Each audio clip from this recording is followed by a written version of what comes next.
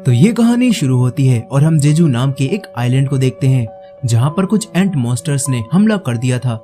यहाँ पर हम कुछ फाइटर लोगों को भी देखते हैं जो इन मॉन्स्टर्स से फाइट कर रहे थे और इन लोगों को हंटर्स कहा जाता है।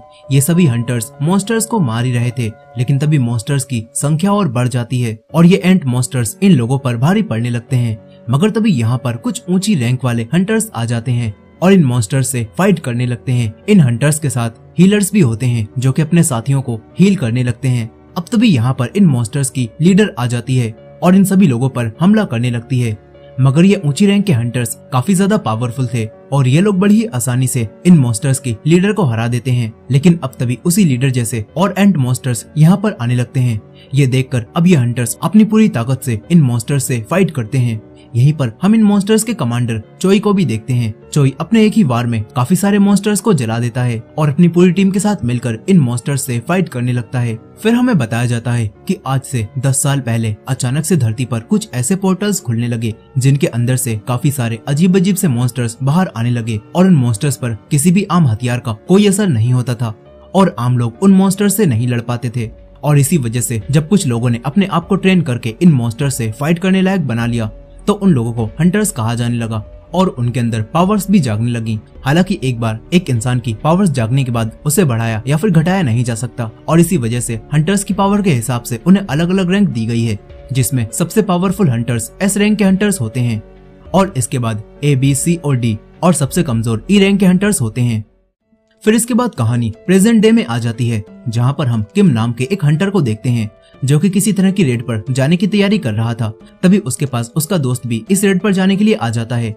यहाँ पर हम जिनवू नाम के एक लड़के को भी देखते हैं जो कि ई रैंक का हंटर होता है और उसे सभी लोग वीकेस्ट हंटर कहते हैं। जिनवू यहाँ पर इन लोगों के साथ रेड पर जाने के लिए आया होता है। यहाँ जिनवू को देखकर किम अपने दोस्त को बताता है कि जिनवू सबसे कमजोर हंटर है और ये अपने ई रैंक के हिसाब से भी लड़ाई नहीं कर पाता और मामूली मॉन्स्टर से भी हार जाता है। यहाँ जिनवू इन लोगों को अपने बारे में ऐसी बातें करते हुए सुन लेता है जो सुनकर जिनवू को काफी बुरा लगता है। अब तभी जूही नाम की एक लड़की जो कि एक हीलर होती है वो जिनवू की चोटों को देखती है और उस पर गुस्सा करने लगती है। जूही जिनवू की दोस्त होती है और वो जिनवू से अपना ध्यान रखने के लिए बोलती है। फिर इसके बाद जिनवू और जूही दोनों अपने रेड के लीडर सोंग के साथ एक पोर्टल के अंदर जाने लगते हैं और ये पोर्टल वही होता है जिसके पीछे मॉन्स्टर्स रहते हैं और ये सभी लोग मॉन्स्टर्स से लड़ने के लिए ही इस पोर्टल के अंदर जा रहे होते हैं। यहाँ जिनवू अपने पास मौजूद एक चाकू को निकालता है और फिर इस पोर्टल के अंदर चला जाता है। वहीं दूसरी तरफ हम एक हंटर एसोसिएशन कंपनी के चेयरमैन गो को देखते हैं। वो बताते हैं कि हम हंटर्स जिन भी मॉन्स्टर्स को मारते हैं तो उनसे हमें एसेंस स्टोन्स और माना क्रिस्टल्स मिलते हैं जो कि काफी ज्यादा कीमती होते हैं। वहीं दूसरी तरफ डंजन में जिनवू एक मॉन्स्टर को मार देता है और उसे एक स्टोन मिल जाता है। लेकिन अब तभी दूसरा मॉन्स्टर जिनवू पर हमला करता है और उसे घायल कर देता है। मगर तभी जिनवू का साथी उस मॉन्स्टर को खत्म कर देता है। यहाँ जूही अपनी पावर से जिनवू को हील करने लगती है। वहीं दूसरे हंटर्स काफी बहादुरी से डंजन में मौजूद दूसरे मॉन्स्टर से फाइट कर रहे होते हैं। वहीं दूसरी तरफ चेयरमैन को बताते हैं कि कुछ स्टोन्स ऐसा भी होते हैं जो कि सिर्फ ऊंची रैंक के मॉन्स्टर्स को मारने से ही मिलते हैं और उन स्टोन्स को माना क्रिस्टल कहा जाता है। उन स्टोन्स की मदद से मॉन्स्टर से लड़ने वाले वेपन्स और काफी सारी अलग अलग चीजें बनाई जा सकती हैं। यहाँ चेयरमैन को बताते हैं कि गवर्नमेंट इन स्टोन्स को ज्यादा से ज्यादा हासिल करना चाहती है क्योंकि गवर्नमेंट इन स्टोन्स की मदद से एनर्जी क्रिएट करना चाहती है और गवर्नमेंट बिजली बनाना चाहती है। यहाँ चेयरमैन गो की इन सारी बातों से हमें पता चलता है कि हंटर्स इसी वजह से मॉन्स्टर से लड़ाई करते हैं क्योंकि उन्हें मारने से हंटर्स को स्टोन मिलते हैं और हंटर्स को स्टोन के बदले में पैसे मिलते हैं। इस तरफ डंजन में ये सभी लोग मिलकर इस डंजन के बॉस को मार देते हैं। यहाँ जूही भी अब जिनवू को ठीक कर देती है और फिर उस पर गुस्सा करने लगती है। जूही जिनवू से कहती है कि तुम्हें ये हंटर वाला काम नहीं करना चाहिए क्योंकि ये काम करते हुए तुम्हें हमेशा ही चोट लग जाती है और अगर ऐसा ही चलता रहा तो एक दिन तुम्हारी जान भी जा सकती है। ये सारी बातें सुनकर जिनवू को काफी दुख होता है। अब यहाँ पर ये सभी लोग मॉन्स्टर्स को मारकर वापस जाने लगते हैं, लेकिन तभी इन्हें यहाँ पर एक और सुरंग दिखाई देती है जिससे ये लोग समझ जाते हैं कि ये एक डबल डंजन है और ये देखकर इन्हें ऐसा लगने लगता है कि इस सुरंग के अंदर इन्हें माना क्रिस्टल मिल सकते हैं और ये सोचकर अब कुछ हंटर इस सुरंग के अंदर चलने के लिए बोलने लगते हैं। लेकिन यहाँ पर इनके लीडर सोंग इन सब से ऐसा करने से मना करते हैं और कहते हैं कि ऐसे हालातों में हमें हंटर एसोसिएशन के ऑर्डर्स का वेट करना चाहिए। मगर अब कुछ हंटर्स अंदर जाने की जिद करने लगते हैं। इसके बाद सोंग सभी हंटर्स के बीच में वोट करवाते हैं ताकि वो जान सकें कि कौन कौन अंदर जाना चाहता है और कौन कौन नहीं जाना चाहता। यहाँ सभी लोग अपनी अपनी मर्जी बताते हैं जिसमें आधे लोग अंदर जाना चाहते थे और आधे लोग अंदर जाने से मना करते हैं और अब आखिर में सिर्फ जिनवू का वोट ही बचता है। यहाँ जिन्वू जानता था कि ये डंजन डी रैंक की डंजन है और इसके अंदर जाने पर वो मर भी सकता है, लेकिन जिन्वू अपनी माँ के इलाज और अपनी बहन की पढ़ाई के बारे में सोचता है और अंदर जाने के लिए मान जाता है ताकि वो और पैसे कमा सके। इसके बाद हम जिन्हो नाम के एक लड़के को देखते हैं जो कि आज डी रैंक का हंटर बनता है। यहाँ जिन्हो एक कंपनी में आता है जहाँ काफी सारे लोग दूसरे हंटर्स को अपने साथ काम करने के लिए ढूंढ रहे थे और इन सभी लोगों को चोई ही ऑर्डर दे रहा था। यहाँ पर चोई अपने सारे वर्कर्स से बोलता है कि तुम लोग किसी भी तरह के हंटर को टीम में शामिल कर लो और किसी भी हंटर का कंपैरिजन चाहे इनसे मत करना क्योंकि वो तो बहुत पावरफुल है। इसके बाद हम दो चोरों को देखते हैं जो कि एक लेडी का पर्स छीनकर भाग रहे थे, लेकिन तभी यहाँ पर चाहेइन आती है और उन चोरों को बड़ी आसानी से गिरा देती है और उस लेडी का बैग उनसे छीन लेती है। यहाँ हम देखते हैं कि चाहेइन एस रैंक की हंटर होती है और वो काफी फेमस और पावरफुल हंटर होती है। इस तरफ जिन्वू और उसकी टीम के बाकी सभी लोग अब उस सुरंग में काफी दूर तक आ जाते हैं। यहाँ सोंग सभी को बताते हैं कि हमें इस डंजन के बॉस को मारे हुए 40 मिनट बीत चुके हैं और अब बस हमारे पास 20 मिनट का टाइम ही बचा है क्योंकि बॉस के मरने के 1 घंटे बाद वो पोर्टल बंद हो जाएगा जिससे हम लोग अंदर आए थे। यहाँ पर जुनही भी जिन्वू पर गुस्सा करती है और कहती है कि तुम्हें यहाँ आने के लिए हाँ नहीं करनी चाहिए थी। यहीं अब इन सभी लोगों को एक बड़ा सा डोर दिखाई देता है। यहाँ ये सभी हंटर्स लालच में आकर उस डोर को खोल देते हैं और एक बड़े से तहखाने में आ जाते हैं जहाँ पर काफी बड़ी बड़ी मूर्तियाँ होती हैं जो देखकर इन्हें बिल्कुल भी समझ नहीं आता कि ये स्टेचूज यहाँ पर क्या कर रहे हैं। अब तभी इन लोगों को यहाँ पर प्राचीन भाषा में कुछ रूल्स लिखे हुए दिखाई देते हैं। यहाँ सोंग उन रूल्स को पढ़ते हैं और बताते हैं कि यहाँ का पहला नियम यह है कि देवता का सम्मान करो, दूसरा नियम यह है कि देवता की तारीफ करो और तीसरा नियम यह है कि देवता के लिए अपनी भक्ति को साबित करो। यहाँ इन लोगों को ये बात समझ नहीं आती कि ये रूल्स आखिर किस देवता के लिए बनाए गए हैं। अब तभी जुनही को ऐसा लगता है कि उसके पीछे रखी मूर्ति की आंखें हिल रही हैं। जुनही ये बात जिन्वू को बताती है।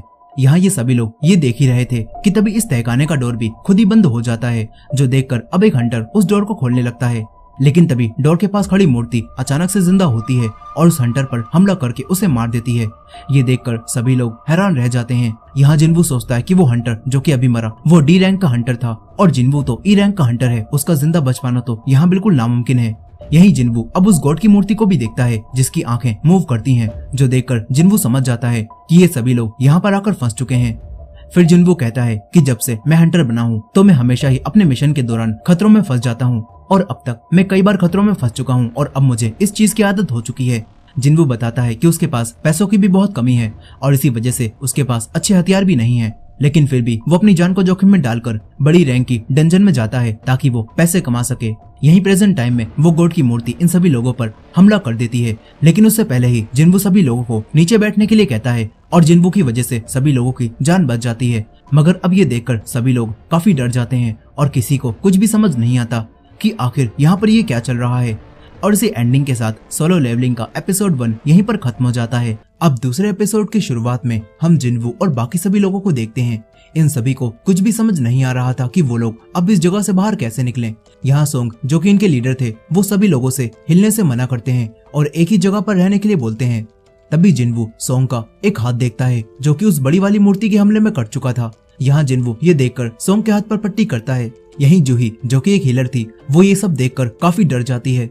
यहाँ सोंग जिन्वू को उसी बोर्ड पर लगे हुए नियमों के बारे में बताते हैं और कहते हैं कि हमें उन रूल्स को शायद फॉलो करना होगा वरना हम लोग यहाँ पर मर जाएंगे। ये बात सुनकर जिन्वू समझ जाता है कि ये बड़ी मूर्ति ही यहाँ का देवता है। यही इस सब से अब एक हंटर काफी ज्यादा गुस्से में आ जाता है। उसे लगता है कि वो अपनी पावर से यहाँ खड़ी हुई मूर्तियों को हरा देगा और यहाँ से निकल जाएगा, इसीलिए वो भागने की कोशिश करता है। लेकिन तभी गॉड की मूर्ति अपनी आंखों से फायर करती है जिससे उस हंटर के शरीर के 2 टुकड़े हो जाते हैं, जो देखकर जिन्वू और सोंग समझ जाते हैं कि ये मूर्ति चाहे तो एक ही बार में सभी को मार सकती है, लेकिन आखिर इस मूर्ति ने हमें अब तक क्यों नहीं मारा। यहाँ जिन्वू समझ जाता है कि जो लोग भी यहाँ से भागने की कोशिश करेंगे तो ये मूर्ति उन्हीं पर हमला करेंगी। अब जिन्वू दोबारा से इस तहखाने के नियमों के बारे में सोचता है और उसे याद आता है कि यहाँ का पहला नियम था कि गॉड का सम्मान करो, और ये जानकर जिन्वू उसी गॉड की मूर्ति के सामने सभी लोगों को अपना सर झुकाने के लिए कहता है और ये सभी लोग सर झुकाकर उस मूर्ति की रिस्पेक्ट करने लगते हैं। तभी ये मूर्ति हंसती है और अब वो मूर्ति इन्हें कुछ भी नहीं करती, जो देखकर ये सभी लोग खड़े हो जाते हैं और खुश होने लगते हैं। मगर तभी वो मूर्ति फिर से जिंदा होती है और अब वो मूर्ति इनकी तरफ आने लगती है। ये देखकर जिन्वू समझ जाता है कि अब इन्हें दूसरे नियम को फॉलो करना होगा और दूसरा नियम ये था कि गॉड की तारीफ करो। यहाँ जिन्वू और बाकी सभी लोगों को कुछ भी समझ नहीं आता कि आखिर इस गॉड की तारीफ कैसे करें। यहाँ अब एक हंटर मूर्ति के आगे बैठकर उसकी तारीफ करने लगता है। मगर इससे उस मूर्ति पर कुछ भी फर्क नहीं पड़ता और वो उस हंटर को कुचल देती है, जो देखकर सभी लोग डर जाते हैं और इधर उधर भागने लगते हैं। यहाँ जिन्वू जूही को लेकर भागता है। यहीं अब बाकी मूर्तियां भी इन लोगों पर हमला करने लगती हैं और इन्हें मारने लगती हैं। जिन्वू ध्यान से सारी मूर्तियों को देखता है और तभी उसे यहाँ पर कुछ मूर्तियां दिखाई देती हैं जिनके हाथ में कुछ इंस्ट्रूमेंट्स थे, जो देखकर अब जिन्वू सभी लोगों को जल्द से जल्द उन्हीं मूर्तियों के सामने जाने के लिए बोलता है जिनके हाथ में म्यूजिक वाले इंस्ट्रूमेंट्स थे। और ये सुनकर अब सभी लोग जल्दी जल्दी उन्हीं मूर्तियों के पास आ जाते हैं। और जैसे ही ये लोग उन मूर्तियों के पास आते हैं तो वो मूर्तियां म्यूजिक बजाना शुरू कर देती हैं, जिससे वो बड़ी मूर्ति इन लोगों पर हमला करना बंद कर देती है। यहाँ जिन्वू और जूही भी एक मूर्ति के पास आ जाते हैं, लेकिन वो मूर्ति म्यूजिक नहीं बजाती। जिन्वू समझ जाता है कि यहाँ पर 2 लोग हैं, इसीलिए वो म्यूजिक नहीं बजा रही। इसलिए जिन्वू जूही को छोड़कर दूसरी मूर्ति के पास जाने लगता है। लेकिन तभी वही बड़ी मूर्ति जिन्वू के ऊपर हमला करती है और उसे कुचलने की कोशिश करने लगती है। मगर जिन्वू हार नहीं मानता और वो उस मूर्ति के पास पहुंच जाता है जिसके हाथ में इंस्ट्रूमेंट्स थे। इसके बाद वो बड़ी मूर्ति अपनी जगह पर जाकर बैठ जाती है। तभी जूही जिन्वू के पास आती है और वो देखती है कि जिन्वू का एक पैर कट चुका है। यहाँ जूही जिन्वू के पैर को अपनी पावर से वापस जोड़ने की कोशिश करती है, लेकिन जूही ऐसा नहीं कर पाती। फिर सभी लोग मिलकर इस जगह पर आने का ब्लेम अपने लीडर मिस्टर सोंग के ऊपर ही डालने लगते हैं और उनसे बोलते हैं कि ये सब आपकी ही वजह से हुआ है। यहाँ ये सभी लोग बातें कर ही रहे थे कि तभी यहाँ पर एक बलिस्तान बाहर आता है, जो देखकर जिन्वू सभी लोगों को बताता है कि पुराने जमाने में इस बलिस्तान का इस्तेमाल गॉड के ऊपर अपना विश्वास दिखाने के लिए किसी चीज की कुर्बानी देकर किया जाता था, और शायद अब हमें भी तीसरे नियम के हिसाब से किसी चीज की बलि देनी होगी जिससे कि हमारी भक्ति साबित हो जाए। ये बात सुनकर एक आदमी मिस्टर सोंग के ऊपर ही तलवार रख लेता है और उनकी बलि देने के लिए बोलने लगता है। यहाँ मिस्टर सोंग भी सभी लोगों को बचाने के लिए अपनी बलि देने के लिए तैयार हो जाते हैं और कहते हैं कि ये सब मेरी ही वजह से हुआ है। इसके बाद मिस्टर सोंग बलिस्तान के पास आ जाते हैं, लेकिन तभी यहाँ पर एक आग जलने लगती है और मिस्टर सोंग को कुछ भी नहीं होता। ये देखकर अब जिन्वू भी 2 लोगों के साथ इस बलिस्तान के पास आता है और यहाँ आते ही 3 और जगहों पर आग जलने लगती है। यहाँ अब जिन्वू मिस्टर सोंग से पूछता है कि क्या अगर हम आज यहाँ पर हार गए तो क्या हमारी मदद के लिए यहाँ पर कोई आएगा। इस पर मिस्टर सोंग जिन्वू को बताते हैं कि पोर्टल्स को पूरी तरह से खुलने में 7 दिनों का समय लगता है और 7 दिनों बाद पोर्टल के अंदर मौजूद मॉन्स्टर्स धरती पर आने लगते हैं। और इसी वजह से अगर पोर्टल 7 दिनों के अंदर बंद ना हो तो तभी कोई पोर्टल के अंदर मॉन्स्टर्स को चेक करने आएगा और तभी वो लोग हमारी मदद कर पाएंगे। ये बात सुनने के बाद जिन्वू समझ जाता है कि अगर ये सभी लोग यहाँ पर हार भी गए तो पोर्टल पूरी तरह से खुल जाएगा और फिर ये सारी मूर्तियां धरती पर जाकर वहाँ तबाही मचा सकती हैं। अब इसके बाद हम जिन्वू की बहन जिन्हा को देखते हैं, जो कि हॉस्पिटल में अपनी माँ के पास आती है। यहाँ पर हम जिन्वू की माँ को देखते हैं, जो कि काफी ज्यादा बीमार होती हैं और उन्हें होश नहीं होता। इस तरफ जिन्वू अब बाकी सभी लोगों को उसी बलिस्तान पर बुला लेता है और अब सभी लोग एक ही जगह पर आते हैं। तभी यहाँ पर कुछ ब्लू कलर की आग जलने लगती हैं और फिर यहाँ से बाहर जाने का डोर भी खुद ही खुल जाता है। मगर इसके बाद काफी सारी मूर्तियां इनकी तरफ बढ़ने लगती हैं। तभी जिन्वू सबसे कहता है कि अगर हम लोग इन मूर्तियों को देखते रहेंगे तो ये मूर्तियां मूव नहीं होंगी और अपनी जगह से नहीं हिलेंगी। ये बात सुनकर सभी लोग ऐसा ही करते हैं, मगर अब तभी एक लड़की डर जाती है और वो यहाँ से भाग जाती है और डोर पर खड़े गार्ड्स भी उसे नहीं मारते। यही जिन्वू देखता है कि समय के साथ साथ वो ब्लू आग भी कम हो रही हैं और ये देखकर जिन्वू समझ जाता है कि इस गॉड ने बाहर जाने का रास्ता सिर्फ इसीलिए खोला है ताकि ये हम लोगों को लालच देकर ये पता कर सके कि हम गॉड के सच्चे भक्त बनकर यहीं पर रुकेंगे या फिर यहाँ से भाग जाएंगे। जिन्वू ये सोच ही रहा था कि तभी एक और लड़का भी यहाँ से भाग जाता है। यहाँ जिन्वू बचे हुए लोगों से भागने से मना करता है और कहता है कि हमें बस दूसरी आग के बंद होने का इंतजार करना होगा, जिसके बाद शायद हम लोग यहाँ से बाहर जा सकते हैं। यही मिस्टर किम, जो कि जिन्वू को बेकार समझते थे, वो जिन्वू की ये होशियारी देखकर जिन्वू की काफी तारीफ करते हैं और फिर वो भी अपनी फैमिली का बहाना बनाकर यहाँ से भाग जाते हैं। और अब बस यहाँ पर जूही, सोंग और जिन्वू ही बचते हैं। यहाँ पर मिस्टर सोंग जूही और जिन्वू से भी यहाँ से भाग जाने के लिए बोलते हैं और कहते हैं कि अगर हम में से कोई एक भी यहाँ पर खड़ा रहेगा तो वो दरवाजा खुला रहेगा। साथ ही मिस्टर सोंग जूही से जिन्वू का ध्यान रखने के लिए बोलते हैं और जिन्वू को यहाँ से ले जाने के लिए कहते हैं। मगर अब तभी जूही के पैरों में कुछ हो जाता है और वो यहीं पर गिर जाती है और चल भी नहीं पाती। ये देखकर मिस्टर सोंग समझ जाते हैं कि जिन्वू को ठीक करने की वजह से जूही की पावर्स अब कम हो गई हैं।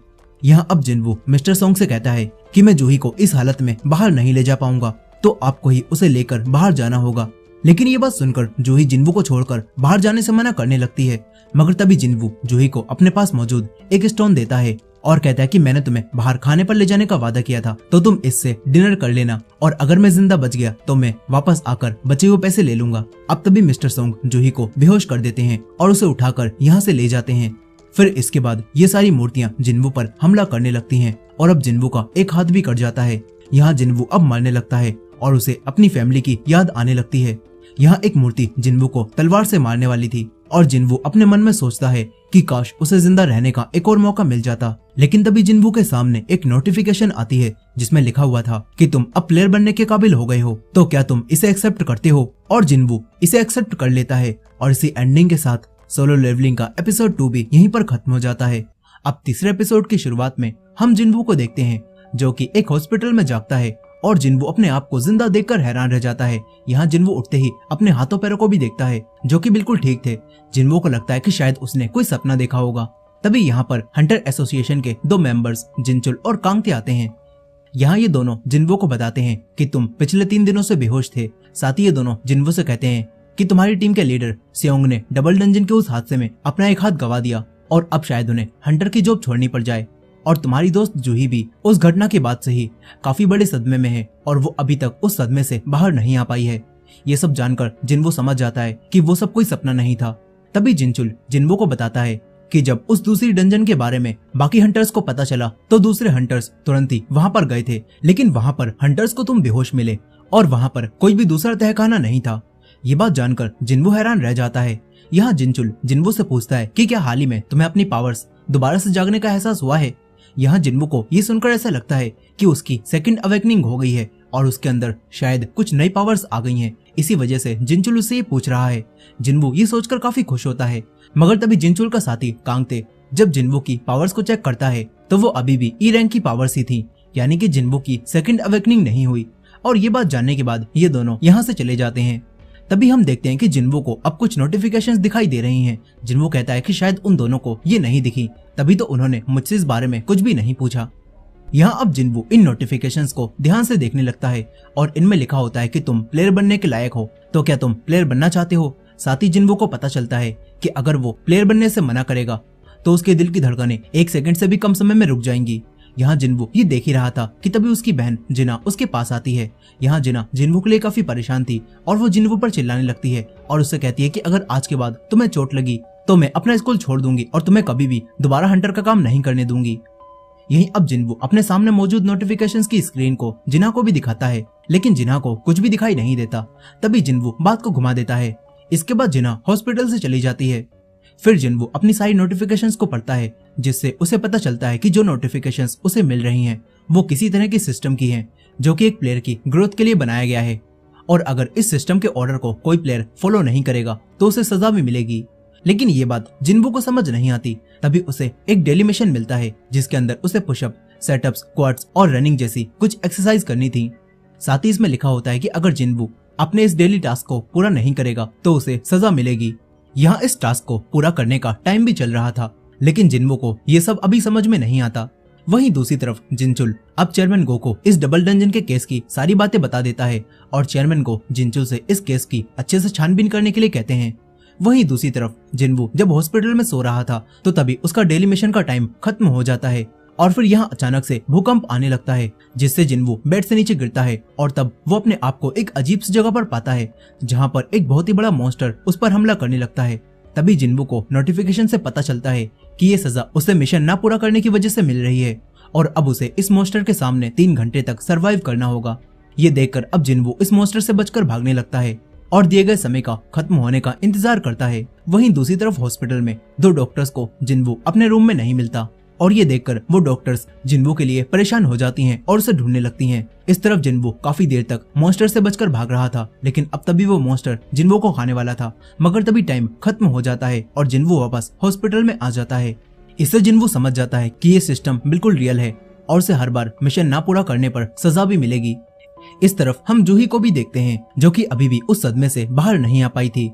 यहाँ अब जूही को एक डी रैंक के पोर्टल के बारे में पता चलता है जो कि रोड के बीचों बीच अचानक से खुल गया था और जूही को वहां पर जाने का मिशन मिलता है। साथ ही उसे ये भी पता चलता है कि जिन्वू भी होश में आ गया है और वो ठीक हो रहा है। जूही जिन्वू के होश में आने की बात सुनकर काफी खुश होती है और फिर अगले दिन हॉस्पिटल भी जाती है, लेकिन यहाँ पर जिन्वू जूही के आने से पहले ही अपने डेली मिशन के हिसाब से एक्सरसाइज करने में लगा होता है।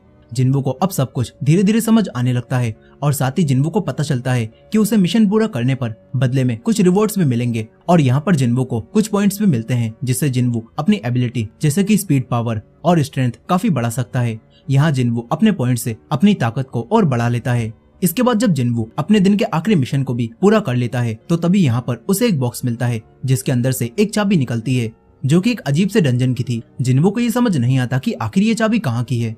फिर इसके बाद जिनवू अपनी माँ के पास जाता है और हमें यहाँ पता चलता है कि 4 साल पहले अचानक से एक दिन जिनवू की माँ बेहोश हो गई थी और तब डॉक्टर्स ने जिनवू को बताया था कि तुम्हारी माँ इटर्नल स्लीप में चली गई हैं और ये एक ऐसी बीमारी है जो कि पोर्टल्स के खुलने की वजह से काफी सारे लोगों में दिखी है और अब तुम्हारी माँ शायद कभी भी ना उठें। ये सारी बातें जानने के बाद जिनवू अपनी माँ के हॉस्पिटल के खर्चे और अपनी बहन की पढ़ाई के खर्चे को उठाने के लिए पूरी जी जान से मेहनत करने लगा था।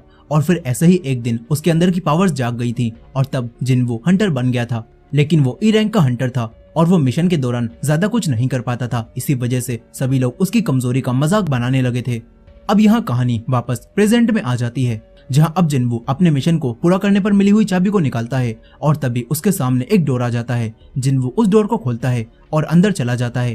तभी वो दरवाजा बंद होता है और जिनवू अब बाहर नहीं जा पाता। लेकिन तभी यहाँ पर एक लेडी आसानी से वहाँ से बाहर निकल जाती है। ये देखकर जिनवू समझ जाता है कि वो किसी और डायमेंशन में है और यहाँ पर होने वाली चीजों का असर असली दुनिया में नहीं होगा। यहाँ जिनवू को अब अंदर जाने से काफी डर लगता है क्योंकि वो अभी भी एक ई रैंक का हंटर था। लेकिन जिनवू हिम्मत करके आगे बढ़ता है।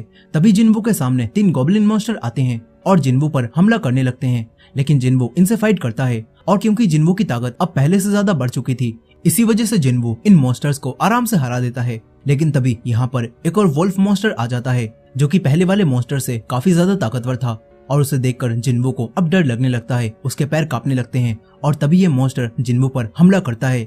और इसी एंडिंग के साथ सोलो लेवलिंग का एपिसोड 3 भी यहीं पर खत्म हो जाता है। अब चौथे एपिसोड की शुरुआत में हम देखते हैं कि वो मॉन्स्टर जैसे ही जिनवू पर हमला करता है तो जिनवू आसानी से उससे बच जाता है और जिनवू को पता चलता है कि सिस्टम की वजह से उसकी ताकत के साथ साथ उसकी स्पीड भी बढ़ गई है।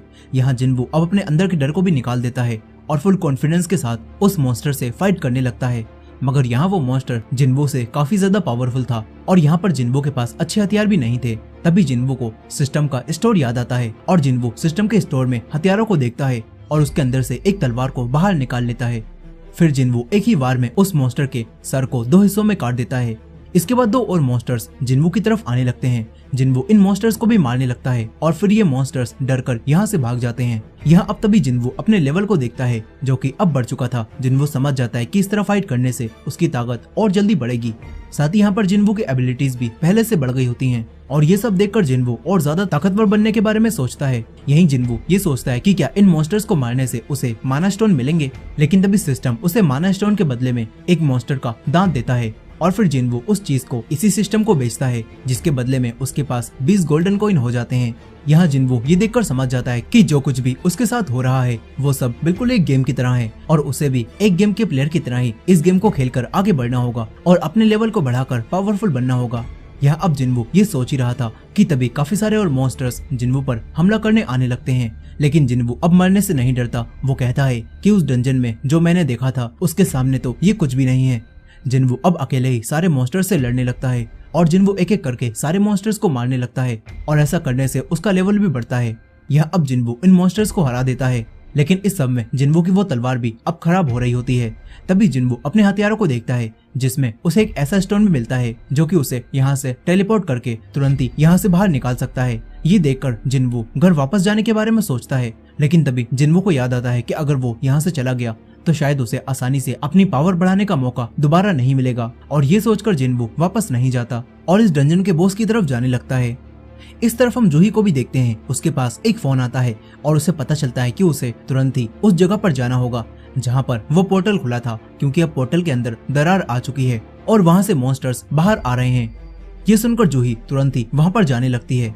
वहीं दूसरी तरफ जिनवू डंजन में मॉन्स्टर्स को मारते मारते आगे बढ़ता रहता है और अपने लेवल और पावर को भी काफी ज्यादा बढ़ा लेता है। यहाँ जिनवू की पावर इन मॉन्स्टर्स को मारने से अब काफी ज्यादा बढ़ चुकी थी। लेकिन जिनवू अभी भी ये सोच रहा था कि वो अकेले शायद इस डंजन के बॉस को नहीं हरा पाएगा और इसी वजह से जिनवू को आगे जाने में डर भी लग रहा होता है। मगर जिनवू हिम्मत करके आगे बढ़ता है और तभी उसके सामने इस डंजन का बॉस आता है जो कि काफी ज्यादा पावरफुल और दिखने में काफी बड़ा होता है। यहाँ उसके एक ही वार में जिनवू की तलवार टूट जाती है और जिनवू को अब समझ नहीं आता कि वो बिना हथियार के इस मॉन्स्टर से आखिर कैसे लड़ेगा।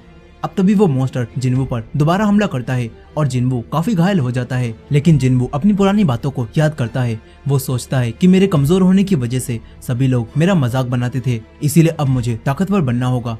यहाँ जिन्वू अब अपनी पूरी ताकत से इस मॉन्स्टर से फाइट करने लगता है, मगर ये मॉन्स्टर जिन्वू पर काफी भारी पड़ता है। लेकिन जिन्वू को इससे और ज्यादा गुस्सा आने लगता है और जिन्वू इस बॉस पर अपनी टूटी हुई तलवार से ही हमला करता है। यहाँ जिन्वू इस मॉन्स्टर की गर्दन पर हमला करके इसे खत्म कर देता है। और अब बॉस के मरने के बाद जिन्वू को कुछ रिवॉर्ड्स मिलते हैं, जिसके अंदर उसे एक नाइफ मिलता है और साथ ही एक वेनम ग्लैंड नाम का लिक्विड भी मिलता है। इसके बाद यहाँ पर सब कुछ पहले जैसा नॉर्मल हो जाता है। फिर इसके बाद जिन्वू जैसे ही यहाँ से बाहर निकलता है तो तभी एक ऑफिसर उसे पकड़ लेता है और उससे कहता है कि तुमने आज की न्यूज नहीं देखी क्या, तुम्हें यहाँ पर नहीं होना चाहिए था। लेकिन तभी जिन्वू ऑफिसर को बताता है कि मैं एक हंटर हूँ। ये बात सुनकर ये ऑफिसर तुरंत ही जिन्वू को उसी जगह ले जाने लगता है जहाँ पर उस पोर्टल में दरार आ गई थी और वहाँ से मॉन्स्टर्स बाहर आने लगे थे। इसके बाद जिन्वू वहाँ जाकर देखता है एक बड़ा सा मॉन्स्टर पोर्टल से बाहर आ गया है और वो सभी लोगों में दहशत मचा रहा है। यहाँ उस मॉन्स्टर को रोकने के लिए ई और डी रैंक के हंटर्स की एक टीम बनाई गई होती है और साथ ही यहाँ पर कुछ हीलर्स भी होते हैं। लेकिन वो सब मिलकर भी इस डंजन के बॉस को हरा नहीं पा रहे थे, क्योंकि इस डंजन के बॉस का कवच काफी ज्यादा पावरफुल था। यही जिन्वू को जूही भी दिखती है, जो कि अभी तक उस सदमे से बाहर नहीं आ पाई थी और वो यहाँ भी काफी डरी हुई होती है और किसी की भी मदद नहीं कर पाती। ये देखकर अब जिन्वू दूर से ही अपनी टूटी हुई तलवार से उस मॉन्स्टर के ऊपर हमला करता है, जिससे उस मॉन्स्टर का कवच टूट जाता है और तभी बाकी हंटर्स मिलकर तुरंत ही उस मॉन्स्टर पर हमला करते हैं और उसे हरा देते हैं। लेकिन तभी एक हंटर देखता है कि असल में तो इस तलवार की वजह से उस मॉन्स्टर का कवच टूटा था। यहाँ वो हंटर ऑफिसर से पूछता है कि ये तलवार किसकी थी। तभी वो ऑफिसर उसे जिन्वू को दिखाने वाला होता है, लेकिन जिन्वू यहाँ से जा चुका था। यहाँ ये हंटर सोचता है कि जरूर वो हंटर काफी पावरफुल हंटर होगा जिसने एक ही वार में इस मॉन्स्टर का कवच तोड़ दिया। यही जूही भी जिन्वू को देख लेती है और हम देखते हैं कि जिन्वू अब पूरी तरह से बदल चुका था। वो पहले की तरह वीक नहीं था और अब जिन्वू के अंदर नई पावर्स आ गई होती हैं। और इसी एंडिंग के साथ सोलो लेवलिंग का एपिसोड 4 भी यहीं पर खत्म हो जाता है। अब 5वें एपिसोड की शुरुआत में हम जिन्वू को देखते हैं, जो कि सिस्टम के मुताबिक एक्सरसाइज कर रहा था और अब जिन्वू की बॉडी काफी अच्छी हो गई होती है, जो देखकर हॉस्पिटल की नर्स तो उस पर फिदा होने लगती हैं। यहीं पर हम बेक नाम के एक एस रैंक के हंटर को भी देखते हैं, जो कि एक इंटरव्यू में बात करता है और कहता है कि हम जैसे एस रैंक के हंटर्स को रोज कड़ी ट्रेनिंग करनी पड़ती है ताकि हमारी बॉडी को कुछ भी नुकसान ना हो। यही जिन्हा इस इंटरव्यू को देखती है और फिर जिन्वू को उठाती है। यहाँ जिन्हा जिन्वू की बॉडी को देखकर हैरान रह जाती है और सोचती है कि आखिर इतनी जल्दी जिन्वू की बॉडी ऐसी कैसे हो गई। इसके बाद जिन्वू जिन्हा को एक अम्ब्रेला देकर स्कूल भेजता है। फिर जिन्वू सिस्टम में मिले पॉइंट्स को देखता है और बहुत सोच समझकर उन पॉइंट्स को अपनी एबिलिटीज बढ़ाने के लिए इस्तेमाल करता है। यही अब तभी जिन्वू के घर का ओनर जिन्वू के पास फोन करता है और जिन्वू से घर का रेंट मांगता है। ये सुनकर अब जिन्वू पैसे कमाने के लिए दोबारा से मिशंस पर जाने के बारे में सोचता है। यहाँ जिन्वू सोचता है कि उसे अब कुछ ऊंची रैंक के पोर्टल्स में रेड पर जाना चाहिए, लेकिन तभी उसे याद आता है कि अगर उसने अचानक से ऐसा कर दिया तो सभी लोगों को उस पर शक होने लगेगा और प्रेस वाले भी इस बारे में बात करने लगेंगे। ये सोचकर अब जिन्वू ऊंची रैंक के पोर्टल में नहीं जाता। तभी जिन्वू को कुछ और हंटर्स के पास से एक रेड पर जाने का ऑफर आता है। जिन्वू अपने सिस्टम के डेली मिशन को पूरा करते हुए उन हंटर्स के पास पहुंच जाता है। यहाँ जिन्वू को डोंगसू नाम का एक हंटर मिलता है, जो कि अपनी टीम का लीडर था। डोंगसू जिन्वू को बताता है कि हम तुम्हें इसीलिए अपनी टीम में शामिल कर रहे हैं क्योंकि हमें बस अपनी टीम को पूरा करना है, क्योंकि जब तक हम 8 लोग नहीं हो जाते तब तक हम सी रैंक के पोर्टल में एंटर नहीं हो सकते। साथ ही डोंगसू जिन्वू से कहता है कि तुम पोर्टल के अंदर जाकर किसी भी मॉन्स्टर से मत लड़ना और तुम बेफिक्र होकर बस हमारे पीछे चलते रहना और इसके बदले में हम तुम्हें 20 लाख रुपए देंगे। ये सुनकर जिन्वू हैरान रह जाता है। उसे समझ नहीं आता कि आखिर कोई उसे बिना लड़ाई के 20 लाख रुपए कैसे दे सकता है। यहाँ जिन्वू इनसे पूछता है कि आखिर मुझे क्या करना होगा। इस पर डोंगसू जिन्वू से कहता है कि तुम्हें बस हमारे बैग उठाने होंगे, जिनके अंदर हमारा कुछ सामान है और कुछ दवाइयाँ रखी हुई हैं। ये सुनकर जिन्वू डोंगसू से पूछता है कि क्या हमारे साथ कोई हीलर नहीं है। इस पर डोंगसू जिन्वू से कहता है कि हम लोग हमेशा ही बिना हीलर के रेड पर जाते हैं और हमें हीलर की कभी भी जरूरत नहीं पड़ती। लेकिन ये बात जिन्वू को काफी अजीब लगती है। यहाँ जिन्वू अब डोंगसू का कॉन्ट्रैक्ट पढ़ता है, जिसमें लिखा था कि अगर तुम पोर्टल में मारे जाओगे तो इसमें हमारी कोई भी जिम्मेदारी नहीं होगी। ये पढ़ने के बाद जिन्वू इस कॉन्ट्रैक्ट पर साइन कर देता है। यहाँ अब तभी जिन्वू के पास डी रैंक का वही हंटर जिन्हो आता है, जो कि कुछ समय पहले ही हंटर बना था। यहाँ जिन्वू जिन्हो के कवच और तलवार को देखकर समझ जाता है कि जरूर जिन्हो किसी अमीर परिवार से आता है। इसके बाद ये सभी लोग पोर्टल के पास जाते हैं, जहाँ पर ये सभी लोग पोर्टल को देखकर बिल्कुल हैरान रह जाते हैं, क्योंकि वो काफी ज्यादा बड़ा होता है। लेकिन यहाँ जिन्वू जिन्हो से कहता है कि हमें अंदर रहने वाले मॉन्स्टर्स की चिंता करनी चाहिए, न कि पोर्टल की। जिन्वू जिन्हो को बताता है कि खतरा अगर बी रैंक या फिर उससे बड़ी रैंक का होता तो इस काम को हंटर गिल्ड ही संभालती, लेकिन ये पोर्टल सी रैंक का है, इसीलिए ये ज्यादा खतरनाक नहीं होगा। मगर यहाँ जिन्वू की बातें जिन्हो को समझ नहीं आती, क्योंकि वो हाल ही में हंटर बना था। यहाँ अब जिन्वू और बाकी सभी लोग पोर्टल के अंदर जाते हैं, जहाँ जिन्वू को ये गुफा भी बिल्कुल उसी डबल डंजन की तरह लगती है। अब ये सभी लोग आगे बढ़ने लगते हैं। तभी जिन्हो जिन्वू से स्टोन के बारे में पूछता है। फिर जिन्वू जिन्हो को बताता है कि स्टोन अलग अलग तरह के होते हैं। जो स्टोन हमें सुरंग में मिलते हैं उन्हें माना स्टोन कहा जाता है, और जो स्टोन हमें मॉन्स्टर्स को मारने से मिलते हैं उन्हें एसेंस स्टोन कहा जाता है। यहाँ ये सभी लोग बातें करते करते आगे बढ़ ही रहे थे कि तभी जिन्वू को कुछ मॉन्स्टर्स के आने की आवाज आती है। जिन्वू सभी लोगों को चेतावनी देता है और बताता है कि कई सारे मॉन्स्टर्स हमसे लड़ने के लिए आ रहे हैं। ये सुनकर सारे हंटर्स लड़ाई के लिए तैयार हो जाते हैं और तभी इंसेक्ट जैसे मॉन्स्टर्स इनकी तरफ आने लगते हैं और इन पर हमला कर देते हैं। फिर ये सभी लोग इन मॉन्स्टर्स से फाइट करते हैं और डोंगसू और उसकी पूरी टीम मिलकर मॉन्स्टर्स को बड़ी ही आराम से खत्म कर देते हैं। यहाँ डोंगसू जिन्वू से पूछता है कि आखिर तुम्हें ये कैसे पता चला कि मॉन्स्टर्स हम पर हमला करने आ रहे हैं। इस पर जिन्वू कहता है कि मैंने तो बस अंदाजा लगाया था। यहीं अब डोंगसू के साथ ही इन मरे हुए मॉन्स्टर्स को देखते हैं और इनके शरीर पर पहले से भी चोट के निशान थे। ये देखकर ये लोग समझ जाते हैं कि जरूर इस जगह पर और भी पावरफुल मॉन्स्टर्स हैं और उनकी इनसे लड़ाई हो गई होगी। यहीं डंजन में जिन्वू जिन्हो से पूछता है कि आखिर तुम्हें ये सूट कहाँ से मिला। इस पर जिन्वू को बताता है कि ये मेरे डैड ने मुझे दिलवाया है, क्योंकि ये मेरी पहली रेड है। वहीं दूसरी तरफ हम व्हाइट टाइगर गिल्ड के हंटर, जो कि वही एस रैंक हंटर बैक होता है, उसे देखते हैं। वो अपनी ट्रेनिंग के समय एक बहुत बड़े पत्थर को आसानी से तोड़ देता है, जिससे पता चलता है कि बेक काफी ज्यादा पावरफुल है। वहीं डंजन में जिन्वू और बाकी सभी लोग गुफा में काफी अंदर तक आ जाते हैं, लेकिन यहाँ जिन्वू को अब डोंगसू पर शक होने लगता है।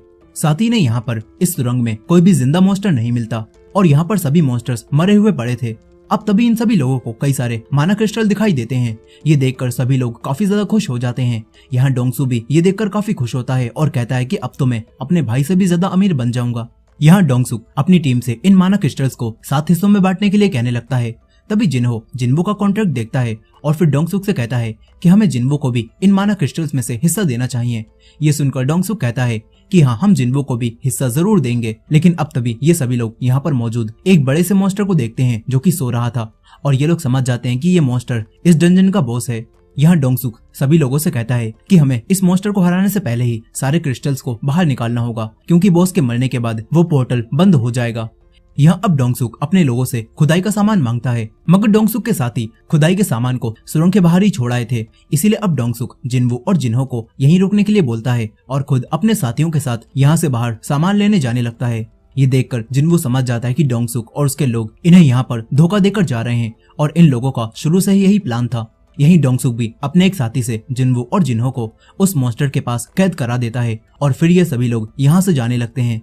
यहीं जिन्वू को अब सोंग की वही बात याद आती है जब सोंग ने उसे बताया था कि इस काम में कुछ ऐसे हंटर्स भी तुम्हें मिल सकते हैं जो कि अपने से छोटी रैंक के हंटर्स का फायदा उठाते हैं और उन्हें तहखाने में फंसाकर उन्हें मार देते हैं और कभी भी पकड़े नहीं जाते।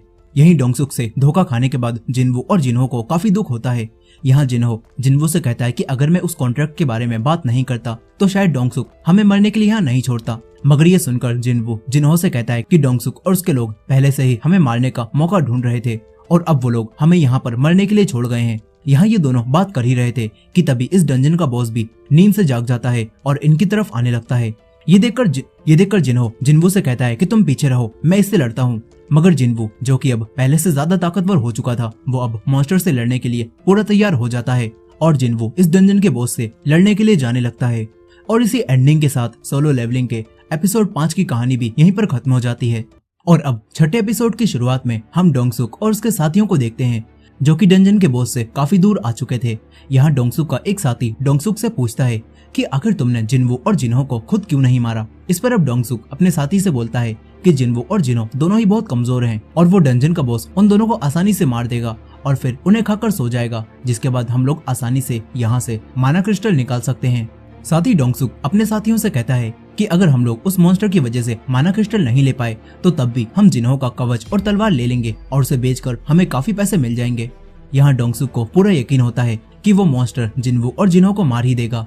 लेकिन वहीं दूसरी तरफ जिन्वू अब मॉन्स्टर से लड़ाई करने जाने लगता है, मगर जिन्हो जिन्वू को ऐसा करने से मना करता है और कहता है कि तुम ई रैंक के हंटर हो, तुम अकेले इस मॉन्स्टर को नहीं हरा पाओगे। लेकिन ये सुनने के बाद भी जिन्वू को अपने ऊपर पूरा भरोसा होता है कि वो इस मॉन्स्टर को आसानी से हरा देगा। इसी वजह से जिन्वू इस बॉस से फाइट करने जाने लगता है। लेकिन फिर जिन्वो के हमलों का इस बॉस पर कुछ भी असर नहीं होता, मगर जिन्वो अपनी स्पीड को तेज कर लेता है और फिर मॉन्स्टर पर हमला करता रहता है। ये देखकर जिन्हो तो हैरान रह जाता है। उसे ऐसा लगता है कि जिन्वो कोई रैंक का हंटर नहीं हो सकता, वो जरूर कोई ऊंची रैंक का हंटर है जो कि दुनिया से अपनी रैंक छुपा रहा है। यही जिन्वो मॉन्स्टर पर लगातार हमला करते करते काफी थक जाता है। तभी जिन्वो अपना दिमाग चलाता है और मॉन्स्टर के कमजोर हिस्से पर हमला करने की कोशिश करता है, मगर अब तभी ये मॉन्स्टर जिन्वो के ऊपर एसिड फेंकता है, लेकिन जिन्वो उससे बच जाता है और फिर सिस्टम की मदद से अपनी स्पीड को और बढ़ाता है और फुल स्पीड से जिन्वो मॉन्स्टर के ऊपर हमला करता है और उस मॉन्स्टर पर लगातार अपने हथियार से बार बार हमला करता है, जिससे वो मॉन्स्टर खत्म हो जाता है। यहाँ मॉन्स्टर के मरने के बाद जिन्वो का लेवल भी काफी बढ़ जाता है। यही जिन्वो अब उस मॉन्स्टर के अंदर से एक स्टोन निकाल लेता है। ये सब देखकर जिन्हो तो बिल्कुल हैरान था और जिन्हो अब जिन्वो को बॉस कहकर पुकारने लगता है। फिर यहाँ पर कुछ देर बाद डोंगसुक और उसकी टीम भी आ जाती है और यहाँ वो सभी लोग जिन्वो और जिन्हो को जिंदा देखकर काफी हैरान थे। यहाँ डोंगसुक को लगता है कि जिन्हो डी रैंक का हंटर है और उसके पास इतना महंगा कवच और तलवार भी है, तो हो सकता है कि जिन्हो ने ही इस बॉस को हराया हो। इसी वजह से अब डोंगसुक जिन्हो के पास आता है और उससे कहता है कि अगर तुमने अभी जिन्वो को मार दिया तो मैं तुम्हें नहीं मारूंगा और तुम्हें अपनी टीम में शामिल कर लूंगा, इसीलिए तुम बस जल्दी से जिन्वो को मार दो। मगर जिन्हो ऐसा नहीं करता और उन सभी लोगों की तरफ ही अपनी तलवार को पॉइंट कर लेता है और जिन्वो को मारने से मना करने लगता है। ये सुनकर अब डोंगसुक और उसकी टीम भी इन दोनों को मारने के लिए आने लगती है और तभी जिन्वो को सिस्टम भी एक अर्जेंट मिशन देता है, जिसमें जिन्वो को इन सभी लोगों को मारने के लिए कहा जाता है जो कि प्लेयर यानी कि जिन्वो को नुकसान पहुंचाना चाहते हैं। यहाँ जिन्वो ये सब पढ़ ही रहा था कि तभी डोंगसुक का एक साथी जिन्वो पर हमला करता है और उसे काफी दूर फेंक देता है। वहीं दूसरी तरफ हम कुछ हंटर्स को भी देखते हैं जो कि चा हेइन यानी कि एस रैंक वाली हंटर की बात कर रहे थे और ये लोग चा हेइन की काफी तारीफ करते हैं और कहते हैं कि उसने ए रैंक के मॉन्स्टर को एक ही बार में हरा दिया था, वो काफी ताकतवर है। इधर डंजन में डोंगसुक के उस साथी के जिन्वो पर हमला करने की वजह से जिन्वो को काफी चोट लग जाती है और अब सभी लोग समझते हैं कि जिन्वो मर गया होगा, लेकिन ऐसा नहीं होता। और यहाँ जिन्वो भी ये बात समझ जाता है कि अगर उसे इस मतलबी दुनिया में सर्वाइव करना है तो उसे इन मतलबी लोगों को मारना पड़ेगा। यहाँ अब जिन्वो दोबारा उठकर इन लोगों के पास आने लगता है और ये देखकर सभी लोग उसका मजाक बनाते हैं और उसे इंसानियत का सबसे कमजोर हंटर कहने लगते हैं। लेकिन तभी जिन्वो डोंगसुक के एक साथी का सर काट देता है और उसे मार देता है, जिससे जिन्वो को दिए गए मिशन में 6 लोगों में से वो एक को किल कर देता है। यहाँ जिन्वो को ऐसा करते देख सभी लोग हैरान थे और सोचते हैं कि ई रैंक का हंटर अपने से ऊंची रैंक के हंटर को कैसे मार सकता है। यहीं जिन्वो ने भी पहली बार एक इंसान को मारा था और ऐसा करके उसे अंदर से बुरा भी लग रहा होता है, लेकिन जिन्वो सोचता है कि अगर वो इन लोगों को नहीं मारेगा तो ये लोग उसे मार देंगे। इसीलिए अब जिन्वो दूसरे लोगों पर भी हमला करता है और देखते ही देखते जिन्वो डोंगसू की पूरी टीम को खत्म कर देता है। ये देखकर डोंगसू को अब काफी गुस्सा आता है और डोंगसू अपनी फुल पावर से जिन्वो पर हमला करता है, मगर जिन्वो बहुत ही आसानी से डोंगसू को जमीन पर गिरा देता है। ये देखकर डोंगसू अब जिन्वो से माफी मांगने लगता है और खुद को छोड़ देने के लिए बोलता है, मगर जिन्वो कहता है कि आज तुमने मुझे 3 बार जान से मारने की कोशिश की और अब तुम मुझसे अपनी जान की भीख मांग रहे हो। यहाँ जिन्वो डोंगसू की बात नहीं सुनता और उसे जान से मार देता है। इसके बाद जिन्वो का मिशन भी पूरा हो जाता है और साथ ही ये पोर्टल भी अब बंद होने लगता है। ये देखकर जिन्वो और जिन्हो दोनों पोर्टल से बाहर आ जाते हैं। फिर ये दोनों हंटर एसोसिएशन को बताते हैं कि सारे हंटर्स को मॉन्स्टर्स ने मार दिया और हम दोनों किसी तरह से बचकर वहां से निकल आए हैं। यहाँ हंटर एसोसिएशन की वो लड़की सोचती है कि जरूर डी रैंक के हंटर जिन्होंने बाकी मॉन्स्टर्स को मारकर जिन्वो को बचा लिया होगा और ये लोग इस तरह बाहर आ गए होंगे। यही जिन्वो को सिस्टम का मिशन पूरा करने की वजह से अब कुछ रिवॉर्ड्स भी मिलते हैं और यहाँ जिन्हो भी जिन्वो की काफी तारीफ करता है और हम देखते हैं कि जिन्वो अब और भी ज्यादा पावरफुल हो गया है। और इसी एंडिंग के साथ सोलो लेवलिंग का एपिसोड 6 भी यहीं पर खत्म हो जाता है। अब इस एपिसोड की शुरुआत में हम हंटर एसोसिएशन के उसी मेंबर जिनचुल को देखते हैं। उसके पास एक आदमी आता है और बताता है कि पास ही के एक पोर्टल में 6 हंटर मारे गए और 2 नीची रैंक के हंटर ही जिंदा बच पाए हैं। लेकिन अजीब बात तो यह है कि उन दोनों ने ऊंची रैंक के मॉन्स्टर को भी मार दिया। ये बात जिनचुल को थोड़ी अजीब लगती है, मगर वो इस मामले पर गौर नहीं करता। तभी उसे पता चलता है कि जो 2 हंटर उस पोर्टल से जिंदा बाहर आए हैं उनमें से एक जिन्वो भी है, जो कि पहले भी उस डबल डंजन को सरवाइव कर चुका है। ये बात जानकर जिनचुल हैरान रह जाता है, क्योंकि वो पहले भी जिन्वो से मिला था और तब भी उसे जिन्वो में कुछ अजीब दिखा था। यह अब जिनचुल इस केस की फाइल को देखने लगता है और तभी उसे पता चलता है कि इस सब में डोंगसुक भी मारा गया, जो कि बहुत बड़े एस रैंक के हंटर डोंगसू का भाई है। वहीं दूसरी तरफ जिन्वो अब अपने घर आता है। यहाँ पर वो बाहर से जिन्हा के लिए खाना लाया था और फिर खाना खाते समय जिन्हा जिन्वो से पूछती है कि तुम्हें इस बार चोट नहीं लगी, क्या तुम्हारी टीम बहुत पावरफुल थी? ये सुनकर अब जिन्वू डोंगसुक और उसके साथियों के बारे में सोचता है जिन्हें कि जिन्वू ने मार दिया। यहाँ जिन्वू को इंसानों को मारकर थोड़ा बुरा लग रहा था, लेकिन जिन्वू इस बात का अब ज्यादा अफसोस नहीं करता और सोचता है कि चाहे कुछ भी हो जाए वो खुद को बेहतर करता रहेगा। यह अब जिन्वू ड्रिंक भी करता है, लेकिन तभी जिन्वू को नोटिफिकेशन मिलती हैं और उसे पता चलता है कि ड्रिंक उसके शरीर के लिए हानिकारक है और इसी वजह से सिस्टम उसे रिकवर कर रहा है, जिससे अब जिन्वू को कोई भी नशा नहीं होता। ये जानकर जिन्वू काफी सारी ड्रिंक पी लेता है और इस सब से उसे कुछ भी नहीं होता। ये देखकर जिन्वू समझ जाता है कि पावर बढ़ने की वजह से उस पर अब ड्रिंक का कोई असर नहीं होगा। अब इसके बाद जब जिन्वू सो रहा था तो तभी उसके पास जिन्हो आती है और बताती है कि तुम्हारे लिए किसी जिन्हो नाम के हंटर की कॉल आई है। इसके बाद जिन्वू जिन्हो से मिलने जाता है और जिन्वू जिन्हो को थैंक्स भी बोलता है, क्योंकि जिन्हो ने किसी को भी नहीं बताया कि उस डंजन में जिन्वू ने ही डोंगसुक और उसके साथियों को मारा था। अब यहाँ पर जिन्हो जिन्वू से उसके साथ एक टीम बनाने के लिए बोलता है, लेकिन जिन्वू जिन्हो की टीम में शामिल होने से मना कर देता है। जिन्वू से कहता है कि मुझे बस अब 19 रेड और पूरी करनी है ताकि मैं एक गिल्ड मास्टर बन जाऊं। यहाँ जिन्हो के डैड यूजिन कंस्ट्रक्शन के मालिक थे और वो खुद की एक गिल्ड बनाना चाहते थे और जिन्हो चाहता है कि वो जिन्वू की मदद से 19 पोर्टल्स को और पूरा कर दे, जिसके बाद उसकी 20 रेड पूरी हो जाएंगी और वो एक गिल्ड मास्टर बन सकता है और अपने भाई को पीछे छोड़कर अपने डैड की गिल्ड को संभाल सकता है। यहाँ जिन्हो जिन्वू को ये सब बताता है और उसकी हंटर गिल्ड में शामिल होने के लिए कहता है। साथ ही जिन्हो जिन्वू से कहता है कि अगर तुम अपनी शक्तियां छुपाकर पोर्टल्स में रेड करना चाहते हो तो ये तुम्हारे लिए एक अच्छा मौका है। यहाँ जिन्हो जिन्वू को अपने साथ जुड़ने के बदले में एक बिल्डिंग भी देने का वादा करता है जो कि काफी महंगी थी।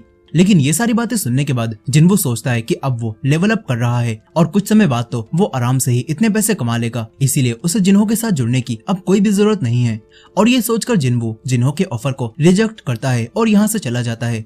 वहीं दूसरी तरफ हम डोंगसुक के भाई डोंगसू को देखते हैं, जो कि एक एस रैंक का हंटर है और उसे अपने भाई की मौत की खबर सुनकर काफी गुस्सा आता है। वो समझ जाता है कि उसके भाई का मर्डर हुआ है और उसके भाई की मौत का जिम्मेदार जिन्वू और जिन्हो है। यहाँ डोंगसू अपनी असिस्टेंट से पूछता है कि अगर मैं किसी और देश में रहते हुए यहाँ पर किसी को मार दूं तो क्या होगा। यहाँ डोंगसू जिन्वू और जिन्हो को ही मारने की बात कर रहा था। ये जानकर डोंगसू की असिस्टेंट डोंगसू को बताती है कि अगर आपने यहाँ पर रहते हुए किसी का मर्डर कर दिया तो आप पर कार्यवाही होगी, लेकिन आप एक हंटर हैं, इसी वजह से आप अपनी सजा को थोड़ा कम भी करवा सकते हैं।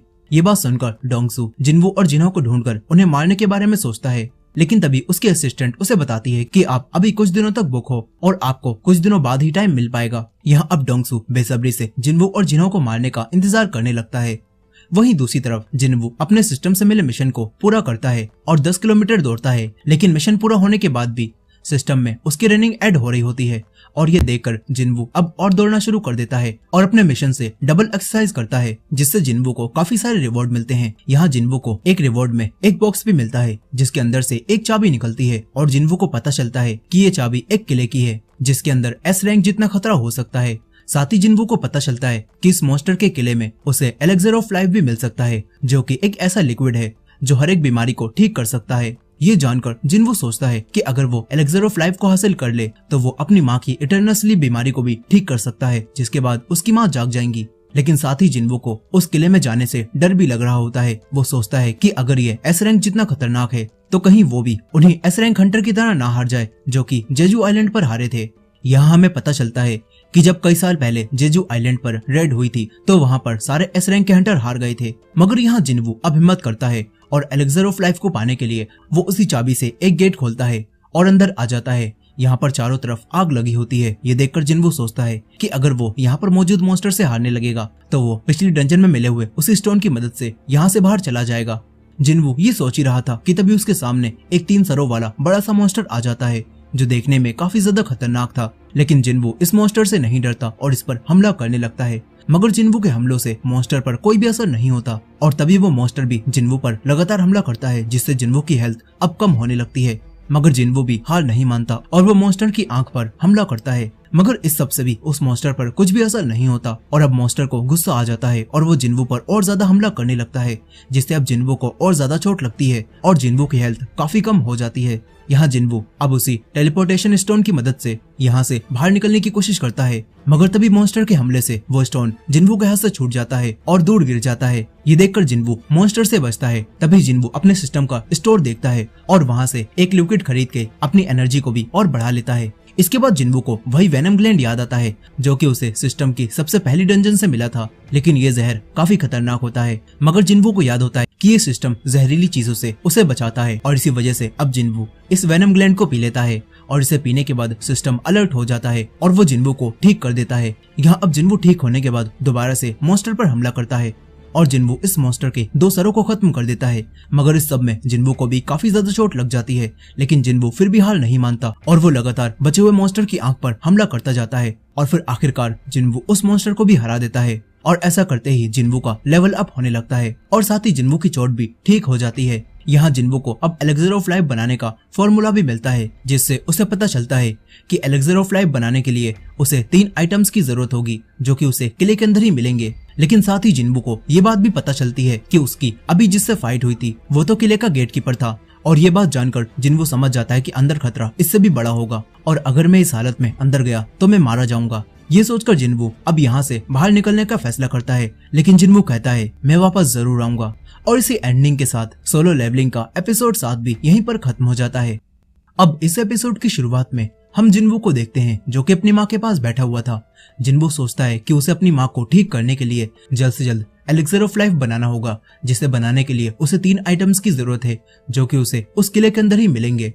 लेकिन जिन्वू किले के अंदर जाने से पहले अपने लेवल्स और पावर बढ़ाने के बारे में सोचता है। इसी वजह से अब जिन्वू जिन्हो से मिलता है और उसके ऑफर को भी एक्सेप्ट कर लेता है ताकि वो जिन्हो की टीम में रहकर कई सारी और रेड्स कर सके और मॉन्स्टर्स को मारकर अपना लेवल बढ़ा सके। लेकिन यहाँ पर जिन्वू जिन्हो से कहता है कि मेरी एक शर्त है और वो ये है कि हम दोनों ही अकेले पोर्टल के अंदर जाएंगे और वहाँ के बॉस से लड़ेंगे और बाकी सभी लोग बाहर ही रहेंगे ताकि मेरी पावर्स के बारे में किसी को भी पता ना चले। यहाँ जिन्हो जिन्वू की बात मानने के लिए तैयार हो जाता है। वहीं दूसरी तरफ हम एस रैंक हंटर चाहे-इन को देखते हैं जो कि अपनी ट्रेनिंग कर रही थी। तभी जिन्हो के डैड का एक आदमी चाहे-इन के पास आता है और उसे यूजिन कंस्ट्रक्शन का एक कार्ड देता है और बताता है कि यूजिन कंस्ट्रक्शन एक गिल्ड बनाने जा रही है। यहीं जिन्हो अपने डैड से बात कर रहा था। यहाँ जिन्हो के डैड उससे कहते हैं कि हंटर्स का काम काफी मुश्किल होता है और हंटर्स जो भी काम करते हैं वो कुछ बड़ी गिल्ड्स के कहने पर ही करते हैं। यहाँ जिन्हो के डैड जिन्हो से कहते हैं कि अब मैं भी एक हंटर गिल्ड बनाना चाहता हूँ ताकि इससे हमारे बिजनेस में काफी ज्यादा फायदा हो सके। इस तरफ जिन्वू फिर से अपने रोज के गोल्स को पूरा करता है और पॉइंट्स को इकट्ठा करता है, लेकिन अब जिन्वू को लिमिटेड पॉइंट्स ही मिलते हैं और कोई भी एक्स्ट्रा पॉइंट नहीं मिलते। ये देखकर जिन्वू काफी परेशान होता है। तभी जिन्वू अपने पुराने मिशन में मिले हुए एक बॉक्स को ओपन करता है, लेकिन उसके अंदर से भी जिन्वू को कोई खास चीज नहीं मिलती। ये देखकर अब जिन्वू जल्द से जल्द जिन्हो के साथ सी रैंक के पोर्टल्स में रेड करने के बारे में सोचता है ताकि वो अपने लेवल को बढ़ाकर पावरफुल बन सके। यहीं जिन्वू के पास हंटर एसोसिएशन की तरफ से एक मिशन पर जाने का ऑफर भी आता है, लेकिन जिन्वू उनके ऑफर का कोई भी रिप्लाई नहीं देता। वहीं दूसरी तरफ जिन्हो अब मिस्टर सोंग के पास आता है जो कि अपना एक हाथ कटने के बाद दूसरे हंटर्स को ट्रेन कर रहे थे। यहाँ मिस्टर सोंग अभी भी उस डबल डंजन के हादसे को भूल नहीं पाए थे। यहाँ मिस्टर सोंग जिन्हो से कहते हैं कि मैं फिर से हंटर का काम करना चाहता हूँ ताकि मैं इस सोसाइटी के लोगों की मदद कर सकूं। इस तरफ हम मिस्टर किम को भी देखते हैं जो कि उसी डबल डंजन के सर्वाइवर थे और वो अब दोबारा से अपने हंटर के काम को ज्वाइन करने का फैसला करते हैं ताकि वो पैसे कमाकर अपने परिवार को एक अच्छी लाइफ दे सकें। इस तरफ जोई उसी एस रैंक हंटर बेक को अपने पास बुलाता है और बताता है कि यूजिन कंस्ट्रक्शन जल्दी ही अपनी एक गिल्ड बनाने जा रही है। यहाँ जोई बेक से जेजू आइलैंड के बारे में भी कुछ बात करता है। वहीं दूसरी तरफ हम जूही को देखते हैं। उसके पास उसकी मॉम की कॉल आती है और यहाँ जूही भी अभी भी अपने आप को पूरी तरह से नहीं संभाल पाई थी। यहाँ जूही की मॉम उससे सदमे से बाहर निकलकर अपने आप को संभालने के लिए बोलती हैं और उसे गांव वापस बुलाती हैं, लेकिन जूही अपनी मॉम की कॉल को काट देती है। यहाँ अब जूही भी फिर से अपने काम के बारे में सोचने लगती है और तभी उसके पास भी हंटर एसोसिएशन से एक मिशन पर जाने का ऑफर आता है। इस तरफ चाहे-इन चोई के पास आ रही थी, तभी उसे बेक मिलता है। दोनों एस रैंक हंटर्स एक दूसरे की रिस्पेक्ट करते हुए आगे बढ़ जाते हैं। फिर चाहे-इन चोई को बताती है कि यूजिन कंस्ट्रक्शन की तरफ से आज मुझे एक ऑफर आया था और उन्होंने मुझे अपने गिल्ड का गिल्ड मास्टर बनाने का ऑफर दिया है, लेकिन मैंने उनके ऑफर को रिजेक्ट कर दिया। यहाँ चाहे-इन पूछती है कि मैंने यहाँ पर आते समय एस रैंक हंटर बेक को भी देखा, आप उससे क्या बात कर रहे थे? ये सुनकर चोई चाहे-इन को बताता है कि मैं उससे जेजू आइलैंड के बारे में बात कर रहा था। वहीं दूसरी तरफ हम बेक को भी देखते हैं जो कि चोई की बात को याद करता है और चोई ने उससे जेजू आइलैंड के बारे में बताया था जिसे कि अब बंद कर दिया गया है। यहाँ चोई बेक को बताता है कि मैं जेजू आइलैंड पर हुए उस हादसे को अभी तक नहीं भूल पाया हूँ और हम सभी एस रैंक हंटर्स को अब दोबारा से एक साथ मिलकर जेजू आइलैंड पर दोबारा हमला करना होगा और वहाँ पर मौजूद सारे मॉन्स्टर्स को खत्म करना होगा। यहाँ इन लोगों की बातों से हमें पता चलता है कि जेजू आइलैंड पर हुई उस रेड में सभी एस रैंक हंटर हार गए थे और बेक ने भी अपने कुछ साथियों को वहाँ खो दिया। लेकिन अब चोई सभी एस रैंक हंटर को एक साथ मिलाकर दोबारा से जेजू आइलैंड पर हमला करना चाहता है। अब इसके बाद हम एक आदमी को देखते हैं जो कि किसी आदमी से कह रहा था कि उन सभी को मरना ही होगा, प्लीज उन सबको मार दो। फिर अगले दिन जिनवू जब अपने काम पर जा रहा होता है तो यहाँ मिस्टर सोंग भी उसी पोर्टल की रेड में शामिल होने आए होते हैं और मिस्टर सोंग जिनवू को देखते हैं और हैरान रह जाते हैं क्योंकि जिनवू पहले से काफी बदल गया था। साथ ही मिस्टर सोंग जिनवू से पूछते हैं कि आखिर तुम्हारा पैर सही कैसे हुआ, ये तो कट गया था। इस पर जिनवू सोंग को बताता है कि जब मैं हॉस्पिटल में उठा तो ये ठीक हो चुका था। ये सुनकर मिस्टर सोंग को लगता है कि जो लोग जिनवू को बचाने गए थे उनमें से जरूर कोई ऊंची रैंक का हीलर होगा जिसने जिनवू का पैर ठीक कर दिया होगा। यह अब ये दोनों एक साथ पोर्टल के पास जाने लगते हैं। तभी यहाँ पर इन्हें जूही, किम और एक तीसरा साथी भी मिलता है जो कि इसी रेड पर जाने के लिए आए थे। यहाँ अब वो सभी लोग दोबारा से एक दूसरे को देखते हैं जो कि बहुत मुश्किल से डबल डंजन से बाहर निकले थे। यही जूही जिनवू को इतना बदला हुआ देखकर हैरान रह जाती है। तभी जूही जिनवू को बताती है कि मैं तुमसे मिलने के लिए हॉस्पिटल भी आई थी। यहाँ ये दोनों बात कर ही रहे थे कि तभी यहाँ पर हंटर एसोसिएशन की तरफ से कांग तेसिक आता है और उसके साथ 3 हंटर कैदी भी यहाँ पर आए हुए थे।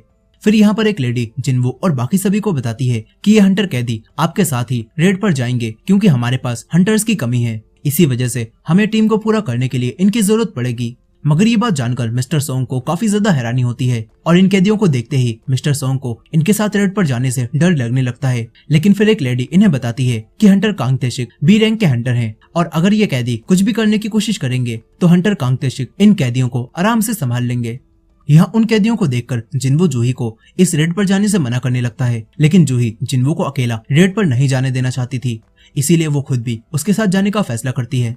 फिर इसके बाद मिस्टर सोंग जिनवू से पूछते हैं कि क्या मैं दोबारा से इस रेड का भी लीडर बन सकता हूँ। ये सुनकर जिनवू मिस्टर सोंग को इस रेड का भी लीडर बना देता है और ये देखकर मिस्टर सोंग जिनवू को थैंक्स बोलते हैं और कहते हैं कि उस दिन जो डबल डंजन में हादसा हुआ वो सब मेरी ही गलती थी क्योंकि उस दिन मैं ही तुम्हारा लीडर था और मैंने अपनी जिम्मेदारी ठीक से नहीं निभाई और वहाँ पर अगर तुम हमारी जान नहीं बचाते तो आज हम जिंदा नहीं होते। यहाँ मिस्टर सोंग जिनवू को उन पर दोबारा से विश्वास करने के लिए थैंक्स बोलते हैं और फिर ये सभी लोग पोर्टल के अंदर जाने लगते हैं और इसी एंडिंग के साथ सोलो लेवलिंग का एपिसोड 8 भी यहीं पर खत्म हो जाता है। अब इस एपिसोड की शुरुआत होती है और हम उन्हीं हंटर कैदियों को देखते हैं जो कि काफी तेजी से गॉब्लिन मॉन्स्टर्स को मार रहे थे। यहाँ जिनवू भी गॉब्लिन मॉन्स्टर्स को मारता है और ये देखकर जूही और मिस्टर सोंग तो हैरान रह जाते हैं क्योंकि उन्होंने आज से पहले कभी भी जिनवू को किसी मॉन्स्टर को मारते हुए नहीं देखा था। अब इसके बाद ये लोग आगे बढ़ते हैं, तभी इन्हें आगे 3 रास्ते दिखाई देते हैं। इन्हें समझ नहीं आता कि आखिर इन्हें किस रास्ते पर जाना चाहिए,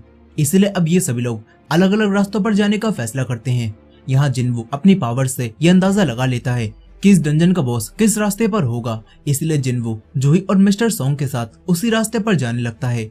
वहीं दूसरी तरफ मिस्टर किम अपने साथी के साथ दूसरे रास्ते पर जा रहे थे। यहाँ मिस्टर किम को अपनी गलती का एहसास हो चुका था कि उन्होंने जिनवू को उस दिन डबल डंजन में अकेला छोड़कर गलत किया और इसीलिए मिस्टर किम अपने साथी से कहते हैं कि मैं इस रेड के बाद जिनवू से माफी मांगूंगा क्योंकि हमने अपनी जान बचाने के लिए जिनवू को उस तहखाने में अकेला छोड़ दिया था। इस तरफ कांग तेशिक भी उन तीनों कैदियों के साथ आगे बढ़ रहा था। तभी कांग उन कैदियों से पूछता है कि क्या तुम लोग किसी मॉन्स्टर की जगह इंसानों को मार सकते हो। इस पर वो तीनों कैदी कहते हैं हम तो इंसानों को बहुत ही आराम से मार सकते हैं। फिर हमें कुछ समय पहले का एक सीन दिखाया जाता है जहाँ पर एक आदमी कांग के पास आता है और उससे कहता है कि उन तीनों ने मेरी बेटी का रेप किया जिस वजह से मेरी बेटी ने शर्म के मारे सुसाइड कर लिया और इस सदमे से मेरी वाइफ भी अब हॉस्पिटल में एडमिट है। यहाँ ये आदमी कांग से कहता है कि जिन लोगों ने ऐसा किया वो लोग कुछ दिनों बाद जेल से आजाद हो जाएंगे और तो और हंटर होने की वजह से उनके रेड पर जाने से उनकी सजा भी कम हो रही है। ये बताकर ये आदमी कांग से इंसाफ मांगता है और फिर कांग को काफी सारे पैसे देकर उन तीनों रेपिस्ट को मारने के लिए बोलता है। फिर कहानी वापस प्रेजेंट में आती है और हमें पता चलता है कि ये तीनों हंटर कैदी ही वो रेपिस्ट हैं और कांग इन्हें मारने के लिए ही जानबूझकर यहाँ लाया है। यहाँ अब कांग इन तीनों कैदियों को मार देता है और कांग एक बी रैंक का हंटर था इसीलिए ये काम उसके लिए कोई मुश्किल नहीं था। लेकिन अब तभी मिस्टर किम जिनका रास्ता कांग के रास्ते से जुड़ा हुआ था वो यहाँ पर आ जाते हैं और कांग को इन कैदियों को मारते हुए देख लेते हैं। ये देखकर अब कांग मिस्टर किम को भी मारने के लिए उनकी तरफ बढ़ने लगता है। तभी जिनवू और बाकी सभी लोगों को मिस्टर किम के चिल्लाने की आवाज आती है और जिनवू और मिस्टर सोंग तुरंत ही किम के पास आ जाते हैं। यहाँ उन्हें वो कैदी मरे हुए दिखाई देते हैं और साथ ही यहाँ पर मिस्टर किम की हालत काफी ज्यादा खराब थी। यहाँ मिस्टर किम जख्मी होने के कारण मरने ही वाले थे। तभी जूही अपनी हीलिंग पावर से मिस्टर किम को हील करने की कोशिश करती है लेकिन उनकी हालत काफी खराब थी, इसी वजह से जूही भी उन्हें हील नहीं कर पाती। यहाँ अब मिस्टर किम मरते मरते जिनवू से आखिरी बार माफी मांगते हैं और यहाँ जिनवू उन्हें माफ कर देता है। तभी यहाँ पर कांग जूही पर भी हमला करता है, लेकिन तभी जिनवू काफी स्पीड से जूही को बचा लेता है। यहाँ ये लोग कांग के हाथ में हथियार देखकर समझ जाते हैं कि ये सब कांग ने ही किया है। फिर यहाँ पर कांग इन सबसे कहता है कि अब मैं यहाँ से जाने के बाद हंटर एसोसिएशन से कहूंगा कि उन कैदियों ने तुम सबको मार दिया और फिर मजबूरन मुझे उन कैदियों को मारना पड़ा। इस तरह कोई भी मुझ पर शक नहीं करेगा। ये सुनकर जिनवू अब कांग से लड़ने के लिए जाने लगता है, लेकिन तभी मिस्टर सोंग उसे ऐसा करने से रोकते हैं और कहते हैं कि तुम ई रैंक के हंटर हो, तुम उसका सामना नहीं कर पाओगे। यहाँ अब मिस्टर सोंग खुद ही मिस्टर किम की तलवार उठाते हैं और कांग से फाइट करने लगते हैं। यहाँ मिस्टर सोंग सी रैंक के हंटर थे, लेकिन फिर भी वो कांग के सामने काफी अच्छी तरह से फाइट करते हैं, मगर ऊंची रैंक होने के कारण कांग मिस्टर सोंग पर भारी पड़ने लगता है। यहाँ जूही अपनी हीलिंग पावर से मिस्टर सोंग के लगी चोटों को तुरंत ही ठीक करने लगती है। ये देखकर अब कांग पहले जूही को मारने का फैसला करता है, लेकिन मिस्टर सोंग उसे ऐसा नहीं करने देते, जिससे अब कांग को गुस्सा आ जाता है और कांग अपनी पूरी ताकत से मिस्टर सोंग को मारने लगता है। यहाँ मिस्टर सोंग भी अपना आखिरी वार कांग पर करते हैं, लेकिन कांग उस हमले से बहुत ही आसानी से बच जाता है और फिर कांग मिस्टर सोंग को भी मारने ही वाला था, लेकिन तभी फिर से काफी स्पीड से जिनवू बीच में आता है और मिस्टर सोंग को बचा लेता है। यहाँ जिनवू को लड़ाई के दौरान इतनी तेजी से बीच में आता हुआ देखकर सभी लोग हैरान रह जाते हैं और अब मिस्टर सोंग समझ जाते हैं कि जिनवू को ये सारी पावर्स उस डबल डंजन से ही मिली हैं। यहाँ डबल डंजन की बात सुनकर कांग भी समझ जाता है कि ये वही जिनवू है जिससे वो हॉस्पिटल में मिला था। यही जिनवू कांग से कहता है कि आखिर तुमने मिस्टर किम और उनके साथी को क्यों मारा। तभी हमें पता चलता है कि कांग को तो मॉन्स्टर से ज्यादा इंसानों को मारने में मजा आता है और इसीलिए कांग पहले भी कई इंसानों को डंजन में ले जाकर मार चुका है। यहाँ अब कांग जिनवू से भी फाइट करने लगता है। जिनवू कांग का काफी अच्छे से सामना करता है और ये देखकर तो मिस्टर सोंग और जूही को कुछ भी समझ नहीं आता कि आखिर जिनवू इतना पावरफुल कैसे हो गया। यही क्योंकि अब कांग जिनवू को जान से मारना चाहता था, इसी वजह से अब जिनवू का सिस्टम भी जिनवू को कांग को मारने का मिशन देता है, जिससे अब जिनवू और तेजी से कांग पर हमला करने लगता है। यहाँ कांग अपनी एक स्पेशल पावर से इनविजिबल होकर जिनवू पर हमला करने लगता है और अब जिनवू भी कांग को ना देख पाने की वजह से उस पर हमला नहीं कर पाता, लेकिन तभी जिनवू अपनी चोट को खुद ही हील कर लेता है और ये देखकर कांग सोच में पड़ जाता है कि आखिर एक ई रैंक का हंटर अपने आप को कैसे हील कर सकता है। यहाँ कांग फिर से इनविजिबल होकर जिनवू पर हमला करने लगता है, मगर इस बार जिनवू कांग के हमलों को काफी आसानी से रोक लेता है और फिर कांग के पेट में तलवार मार देता है, जिससे अब कांग यहीं पर मरने लगता है। यहाँ कांग मरते मरते जिनवू से पूछता है कि आखिर तुम्हारी पावर्स क्या हैं। इस पर जिनवू कांग से कहता है कि मैं एक ऐसा हंटर हूँ जो कि वक्त के साथ साथ पावरफुल होता जा रहा है। ये सुनकर कांग जिनवू से कहता है कि हाँ, मैं देख सकता हूँ तुम अंधेरी दुनिया की तरफ बढ़ रहे हो और तुम्हें इस दुनिया से बचकर रहना होगा, क्योंकि ये दुनिया लोगों को जितना देती है उससे ज्यादा छीन लेती है।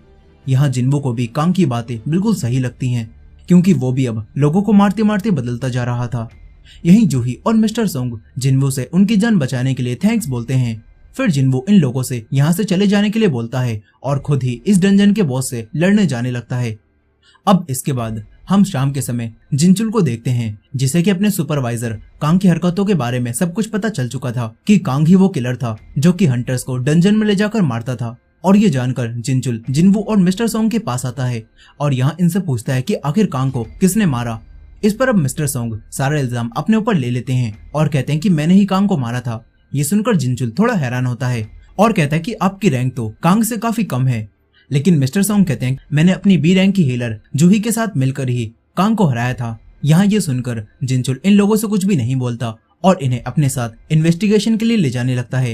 यहीं जिनवू अपने मन ही मन में सोचता है कि अगर जिनचुल को ये पता चल गया कि मैंने ही कांग को मारा है तो वो मुझे आराम से हरा देगा, क्योंकि जिनचुल तो एक ए रैंक का हंटर है और मैं अभी इस रैंक से काफी दूर हूँ। फिर कुछ समय बाद हमें पता चलता है कि जिस आदमी ने कांग को उन कैदियों को मारने के लिए पैसे दिए थे वो खुद ही सामने आ गया और उसकी गवाही की वजह से ही जिनवू, जूही और मिस्टर सोंग छूट गए। यहीं अब जूही जिनवू को वही एसेंस स्टोन दिखाती है जो कि डबल डंजन में जिनवू ने जूही को दिया था और जूही जिनवू से कहती है कि क्या तुम्हें ये याद है। और इसी एंडिंग के साथ सोलो लेवलिंग का एपिसोड 9 भी यहीं पर खत्म हो जाता है। अब इस एपिसोड की शुरुआत में हम जूही को देखते हैं। वो जिनवू को इतना बदला हुआ देखकर ये सोचती है कि मैं तो अब एक हंटर कहलाने के लायक भी नहीं हूँ, क्योंकि अब जिनवू भी मुझसे ज्यादा पावरफुल हो चुका है। यहाँ जूही अपने हंटर के काम से अभी भी काफी डरती है और जूही जिनवू को बताती है कि मैं एक सी रैंक या फिर बी रैंक की रेड में जा सकती थी, लेकिन मुझे हमेशा ही तुम्हारे साथ रहना था, इसीलिए मैंने डी या फिर ई रैंक की रेड में जाने का फैसला किया ताकि मैं हमेशा तुम्हारे पास रह सकूं। यहाँ जूही जिन्वो को कुछ पुरानी बातें भी याद दिलाती है और जिन्वो को उसका दिया हुआ वही स्टोन वापस कर देती है और कहती है कि अब मैं हंटर के काम से रिटायर हो रही हूँ और मैं वापस अपने घर चली जाऊंगी। यहाँ जूही जिन्वो को एक प्रॉपर बाय बोलती है और फिर यहाँ से चली जाती है। यही हम देखते हैं कि जिन्वो जिनचुल के पास भी गया था और जिनचुल को सब पता चल गया था कि जिन्वो ने ही कांग को मारा है, लेकिन जिनचुल इस बात पर यकीन नहीं कर पा रहा था कि एक ई रैंक का हंटर जिन्वो बी रैंक के हंटर कांग को कैसे मार सकता है।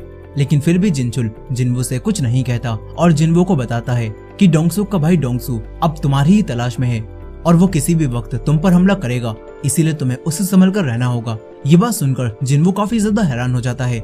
यहाँ जिनचुल जिन्वो से कहता है कि डोंगसू काफी ज्यादा खतरनाक है और वो एक एस रैंक का हंटर है और वो तुम्हारी जान भी ले सकता है। यहाँ अब ये सारी बातें सोचकर जिन्वो अपने लेवल्स को और बढ़ाने के बारे में सोचता है ताकि वो डोंगसू के हमले से बच सके और डोंगसू को भी मार सके। इसके बाद अगले दिन जिन्वो जिन्हो और उसकी हंटर टीम के पास आता है जिसके अंदर सारे कमजोर हंटर भरे पड़े होते हैं। यहाँ अब जिन्वो इन सभी हंटर से कहता है कि मैं और जिन्हो ही पोर्टल के अंदर जाएंगे और तुम सभी लोग हमारा बाहर आने का इंतजार करोगे। यहाँ जिन्हो इन सभी लोगों को इस बात को किसी को भी बताने से मना करता है। साथ ही जिन्वो भी उस स्टोन को देखता है जो कि उसे सिस्टम ने कांग को हराने पर दिया था। यहाँ जिन्वो उस स्टोन को तोड़कर अपने ऊपर इस्तेमाल कर लेता है जिससे जिन्वो के अंदर कुछ नई पावर्स आ जाती हैं। इसके बाद जिन्वो जिन्हो को लेकर इस पोर्टल के अंदर जाने लगता है। यहाँ जिन्वो और जिन्हो अकेले ही अंदर जाते हैं और ये देखकर इनकी टीम के बाकी हंटर्स को ऐसा लगता है कि जिन्वो और जिन्हो अकेले जिंदा वापस नहीं आ पाएंगे, मगर कुछ देर बाद जिन्वो और जिन्हो दोनों ही जिंदा वापस आ जाते हैं और इन्होंने डंजन के बॉस को भी मार दिया होता है जिससे ये पोर्टल खुद ब खुद बंद हो जाता है और ये चीज देखकर सभी लोग हैरान रह जाते हैं। इसके बाद जिन्वो और जिन्हो सारे हंटर्स को अब एक दूसरी रेड पर चलने के लिए बोलते हैं। फिर वहाँ दूसरी रेड पर जिन्वो यहाँ के सारे मॉन्स्टर्स को मारता है और ऐसा करते ही करते अब ये दोनों काफी सारे पोर्टल्स में जाकर वहाँ के बॉस को हराते हैं और स्टोन्स को इकट्ठा करके बाहर ले आते हैं। और इतने सारे पोर्टल्स में बॉस को हराने के बाद जिन्वो का लेवल और पावर भी काफी तेजी से बढ़ रहा होता है और साथ ही जिन्वो के पास इनविजिबल होने की पावर भी आ जाती है। यहाँ जिन्वो अब ये सोचता है कि आखिर उसकी पावर किस रैंक तक पहुंच गई होगी और क्या अब मैं उस किले के अंदर जाने के लायक हूँ। यहाँ जिन्वो ये सब सोच ही रहा था कि तभी उसे एक नोटिफिकेशन मिलती है जिसमें लिखा होता है कि प्लेयर अब एक जरूरी लेवल तक पहुंच गया है और अब जिन्वो को एक जॉब चेंज मिशन मिलता है। वहीं दूसरी तरफ व्हाइट टाइगर गिल्ड के कुछ लोगों को अब पता चलता है कि यूजिन कंस्ट्रक्शन ने सभी सी रैंक के पोर्टल्स को काफी ज्यादा महंगे रेट्स में खरीद लिया है और अब वो लोग ही सारे सी रैंक के पोर्टल्स में रेड करके मॉन्स्टर्स को मारेंगे। साथ ही इन लोगों को पता चलता है कि उनकी टीम में जिन्वो भी शामिल है। यहाँ एक आदमी जिन्वो का नाम देखकर उसे पहचान जाता है और इस आदमी संगमिन को ये भी पता होता है कि जिन्वो डबल डंजन से भी सरवाइव कर चुका है और साथ ही वो डोंगसू के मरने के बाद भी उस रेड से भी जिंदा वापस आ गया था और कुछ दिनों पहले ही वो एक ऐसी रेड से भी जिंदा वापस आया जहाँ पर बी रैंक का हंटर कांग मारा गया था। यहाँ भी इस आदमी संगमिन को जिन्वो पर थोड़ा शक होने लगता है। इस तरफ जिन्वो और जिन्हो हमेशा की तरह ही अकेले ही रेड करते हैं और अपने दूसरे हंटर्स को अपने साथ नहीं ले जाते। इस तरफ संगमिन को अब ऐसा लगता है कि जरूर जिन्वो की पावर्स दोबारा से जाग गई हैं और अब वो और भी ज्यादा शक्तिशाली हो गया है क्योंकि वो 3 बड़े हाथों से जिंदा बचकर आया है। यहाँ अब संगमिन जिन्वो के बारे में और जानने के लिए उसी जगह पर आ जाता है जहाँ जिन्वो रेड कर रहा था और यहाँ संगमिन को सारे हंटर्स आराम से पोर्टल के बाहर बैठे हुए दिखाई देते हैं। ये सब देखकर संगमिन समझ जाता है कि उसका शक सही था, जिन्वो अकेले ही इन्हें छोड़कर पोर्टल के अंदर गया है। ये देखकर संगमिन यहाँ से चला जाता है। तभी जिन्वो और जिन्हो भी अपनी रेड से वापस आ जाते हैं। फिर यहाँ जिन्वो जिन्हो से एक दिन की छुट्टी मांगता है क्योंकि अब उसे अपने जॉब चेंज क्वेस्ट को भी पूरा करना था और यहाँ जिन्हो भी एक दिन की छुट्टी के लिए मान जाता है और सोचता है कि अब वो अपने अगले दिन के सारे पोर्टल के कॉन्ट्रैक्ट को कैंसिल कर देगा, लेकिन जिन्वो अभी उसे ऐसा करने से मना कर देता है। यही संगमिन छुपकर जिन्वो और जिन्हो की सारी बातें सुन रहा था। वहीं दूसरी तरफ हम चोई को देखते हैं। उसे एक सपना आता है जिसके अंदर चोई उसी हादसे को देखता है जो उसके साथ जेजू आइलैंड पर हुआ था और अब चोई घबराकर नींद से जाग जाता है। चोई अब दोबारा से जेजू आइलैंड पर जाने के बारे में सोचता है। वहीं दूसरी तरफ संगमिन जिन्वो के पास आता है और उससे बात करता है। यहाँ संगमिन जिन्वो को अपने साथ काम करने का ऑफर देने लगता है क्योंकि वो जान चुका था कि जिन्वो काफी ज्यादा पावरफुल है। तभी जिन्वो संगमिन को बताता है कि जिन्हो कंस्ट्रक्शन ने मुझे अपने साथ काम करने के बदले में 30 बिलियन देने का वादा किया है और ये बात सुनकर तो संगमिन हैरान रह जाता है और जिन्वो को इतने ज्यादा पैसे देने से मना करने लगता है। इसी वजह से अब जिन्वो यहाँ से जाने लगता है। तभी जिन्वो संगमिन से कहता है कि आखिर तुम्हें मेरे बारे में किसने बताया। ये पूछकर जिनवू इनविजिबल हो जाता है और ये देखकर संगमिन हैरान रह जाता है।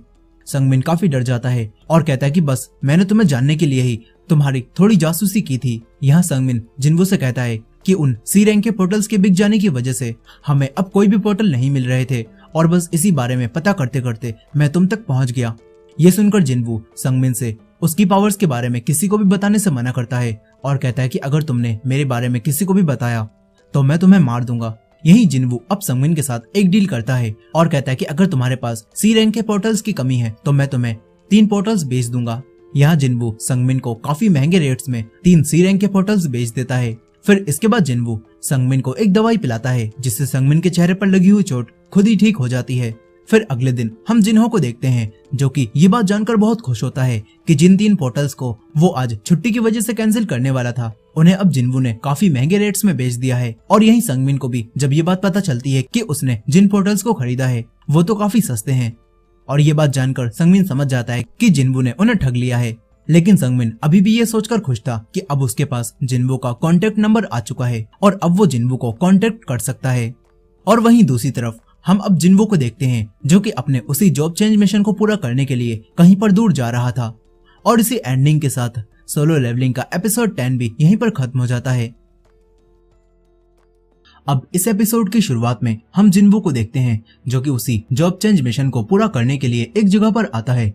यहाँ जिनवू सोचता है कि ये जॉब चेंज मिशन खतरनाक होगा या फिर नहीं। यहाँ जिनवू और भी ज्यादा ताकतवर बनने के लिए इस मिशन को भी एक्सेप्ट कर लेता है और ऐसा करते ही जिनवू के सामने काफी बड़ा पोर्टल आता है। जिनवू बिना डरे ही उसके अंदर जाता है और अंदर आने के बाद जिनवू को कुछ नोटिफिकेशंस मिलती हैं जिससे उसे पता चलता है कि वो इस मिशन के दौरान अपनी फुल रिकवरी वाली पावर का इस्तेमाल नहीं कर पाएगा और ना ही इस मिशन को पूरा करे बगैर वो यहाँ से जा सकता है। यहाँ जिनवू ये बात पढ़ ही रहा था कि तभी उसके सामने एक मास्क पहना सैनिक आता है जो कि जिनवू पर हमला करने लगता है। जिनवू इस सैनिक से फाइट करता है और इस सैनिक का सर काटकर इसे हरा देता है। लेकिन तभी और भी ज्यादा सैनिक यहाँ पर आने लगते हैं। वहीं दूसरी तरफ जिन्हो अपने भाई और अपने डैड के साथ डिनर कर रहा था। यहाँ जिन्हो का बड़ा भाई जिन्हो और अपने डैड को बताता है कि मेरा हंटर गिल्ड बनाने का काम काफी अच्छा चल रहा है और हमने बाहर की कंट्रीज के कई सारे एस रैंक के हंटर से बात की है, वो हमारी हंटर गिल्ड में जल्दी ही शामिल हो जाएंगे। यहाँ ये बात सुनकर जिन्हो काफी परेशान हो जाता है क्योंकि वो अपने बड़े भाई से आगे निकलना चाहता था। यहाँ जिन्हो का बड़ा भाई जिन्हो से कहता है कि मुझे पता है तुम भी छुपकर कोई काम कर रहे हो, लेकिन वो चाहे जो भी हो तुम मेरे रास्ते में मत आना, नहीं तो तुम्हें बहुत बड़ा नुकसान होगा। इस तरफ जिनवू काफी सारे मॉन्स्टर से अकेले ही फाइट कर रहा था जिसमें जिनवू अब काफी ज्यादा थक जाता है। लेकिन तभी एक इनविजिबल सिपाही भी जिनवू के ऊपर हमला करता है मगर जिनवू किसी तरह से उस सैनिक को भी खत्म कर देता है। तभी यहाँ पर एक जादूगर भी जिनवू के ऊपर हमला करने लगता है। यहाँ जिनवू अपनी पूरी पावर से इन सबसे फाइट करता है और एक एक करके सबको मारने लगता है और देखते ही देखते जिनवू सबको खत्म कर देता है जिससे जिनवू को काफी सारा सेफ्टी सामान भी मिलता है। अब इसके बाद जिनवू आगे बढ़ता है।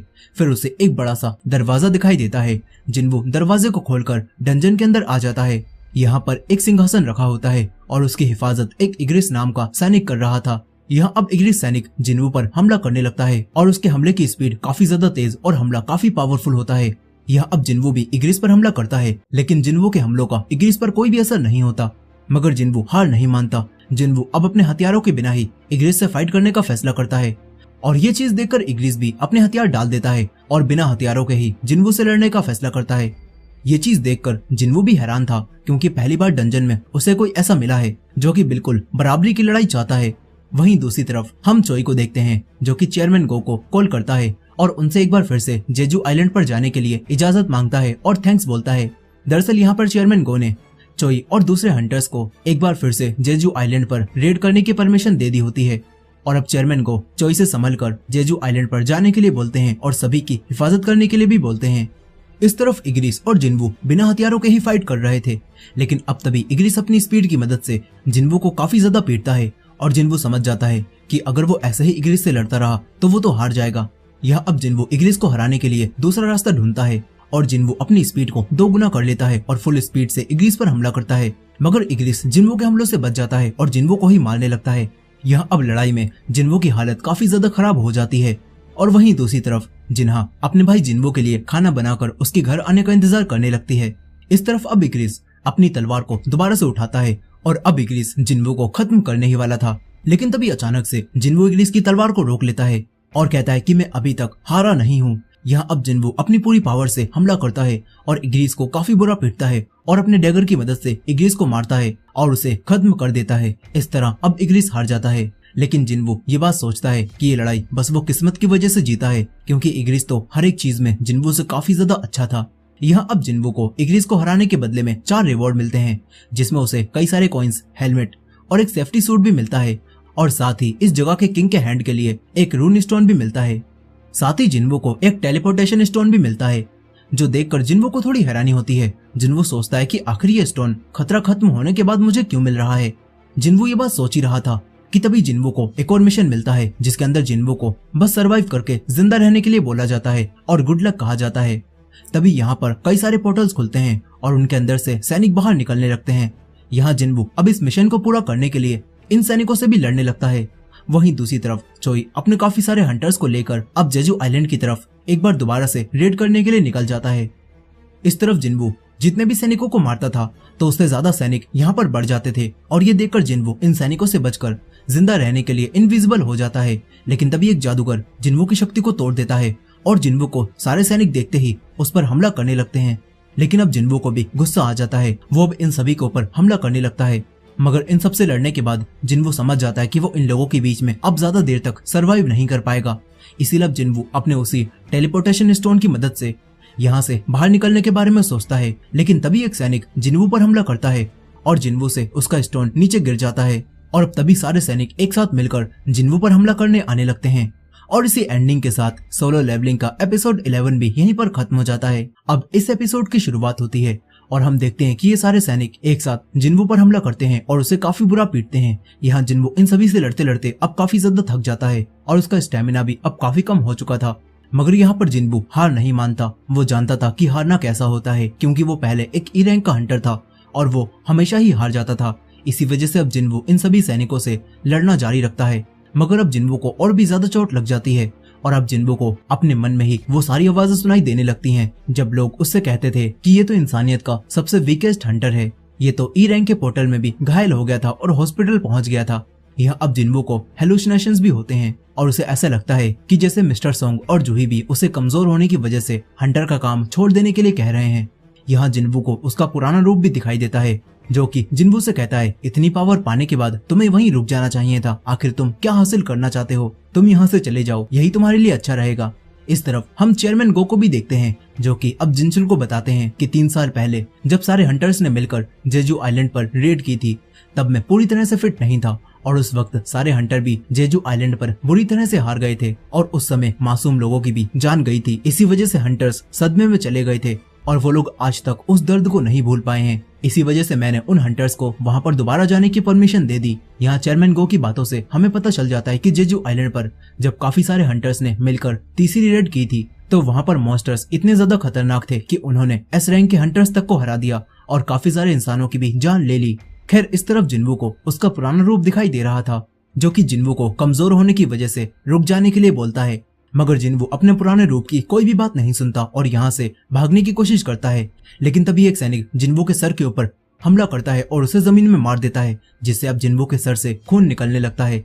फिर यहाँ वो सैनिक जिन्वो के ऊपर अपनी तलवार से हमला करने वाला था और ये देखकर ऐसा लगता है कि जैसे अब जिन्वो मारा जाएगा। लेकिन तभी जिन्वो का डेली मिशन पूरा करने का टाइम खत्म हो जाता है और टाइम खत्म होने की वजह से जिन्वो तुरंत ही पेनल्टी जोन में चला जाता है, क्योंकि अब उसे पेनल्टी भुगतनी थी।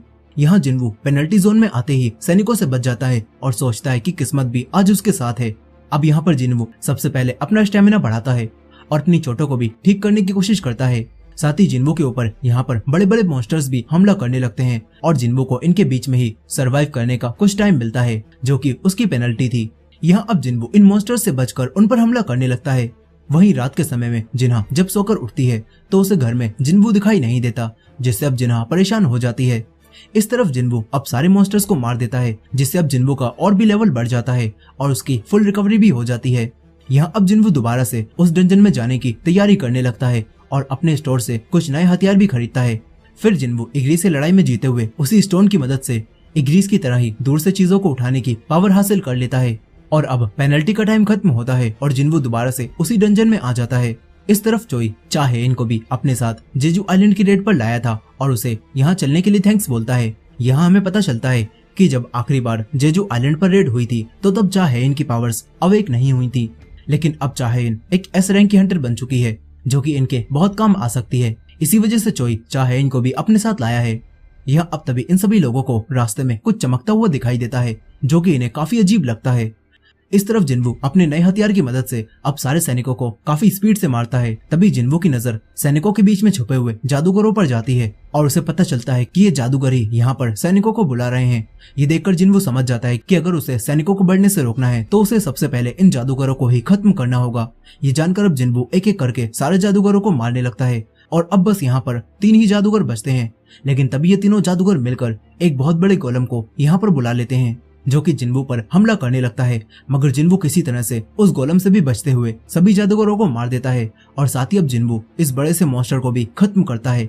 और इसी के साथ जिन्वू का ये मिशन भी पूरा हो जाता है और इस मिशन को पूरा करने के बदले में जिन्वू को कई सारे इनाम और एक पावर मिलती है जिससे जिन्वू मरे हुए लोगों की शेडोज को एक्सट्रैक्ट कर सकता है और इससे जिन्वू खुद की एक शेडो आर्मी बना सकता है।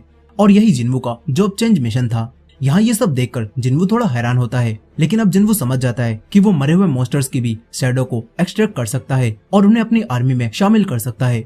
यहाँ जिन्वू अपने नेक्रोमेंसर की जॉब को भी एक्सेप्ट कर लेता है और ऐसा करते ही जिन्वू को यहाँ पर मरे हुए सैनिकों की शैडोज की आवाज सुनाई देने लगती है। और ये देखकर जिन्वू सबसे पहले सिस्टम में शैडोज को एक्सट्रैक्ट करने के लिए एक कोड बनाता है जिसमें वो अराइज वर्ड को चुनता है। फिर जिन्वू यहाँ पड़े सारे सैनिकों की बॉडी से उनकी शैडोज को एक्सट्रैक्ट करने के लिए अराइज बोलता है, जिसके बाद सारी शैडोज एक्सट्रैक्ट होकर जिन्वू की आर्मी में शामिल हो जाती हैं। ये देखकर अब जिन्वू इग्रिस की भी पावरफुल शैडो को अपनी आर्मी में शामिल करने के बारे में सोचता है, लेकिन तभी जिन्वू को पता चलता है कि वो एक लिमिट में ही शैडोज को निकाल सकता है। ये जानकर अब जिन्वू 11 शैडोज को वापस भेज देता है और फिर इग्रिस की शैडो को निकालने के लिए जिन्वू इग्रिस के सामने जाता है और बोलता है अराइज। तभी इग्रिस की शैडो उसके शरीर से बाहर आने लगती है, लेकिन इग्रिस की शैडो काफी ज्यादा पावरफुल थी और इसी वजह से ये शैडो एक्सट्रैक्शन फेल हो जाता है। यहाँ अब जिन्वू के पास 2 मौके ही बचते हैं और अगर जिन्वू ने इन 2 मौकों को भी गवा दिया तो वो इग्रिस की शैडो को कभी भी एक्सट्रैक्ट नहीं कर पाएगा। यहाँ अब जिन्वू दोबारा से इग्रिस के सामने अराइज बोलता है और दोबारा इग्रिस की शैडो बाहर आने लगती है, लेकिन एक बार फिर से शैडो एक्सट्रैक्शन फेल हो जाता है और अब जिन्वू के पास बस एक मौका ही बचा होता है। ये सब देखकर जिन्वू समझ जाता है कि इग्रिस खुद को रोक रहा है क्योंकि वो शुरू से ही यहाँ पर रहा था और वो इस तख्त की हिफाजत कर रहा है और अपने राजा का यहाँ पर आने का इंतजार कर रहा है। ये देखकर अब जिन्वू इग्रिस से कहता है कि आखिर तुम किस राजा का इंतजार कर रहे हो, वो राजा जो तुम्हारे पास कभी भी नहीं आएंगे। जिन्वू इग्रिस से कहता है कि अगर तुम्हें किसी राजा की तरह ही कोई अच्छा इंसान चाहिए जिसके लिए तुम वफादार रहो तो वो मैं हूँ। ये बोलकर जिन्वू एक बार फिर से इग्रिस की शैडो को एक्सट्रैक्ट करने के लिए अराइज बोलता है और इस बार इग्रिस की शैडो उसकी बॉडी से एक्सट्रैक्ट हो जाती है और इग्रिस की शैडो सारे सैनिकों के साथ जिन्वू के आगे झुकती है और उसकी आर्मी में शामिल हो जाती है। यहाँ अब जिन्वू की शैडो आर्मी उसके कहने पर कुछ भी करने के लिए तैयार होती है और इसी के साथ सोलो लेवलिंग का सीजन 1 यहीं पर खत्म हो जाता है।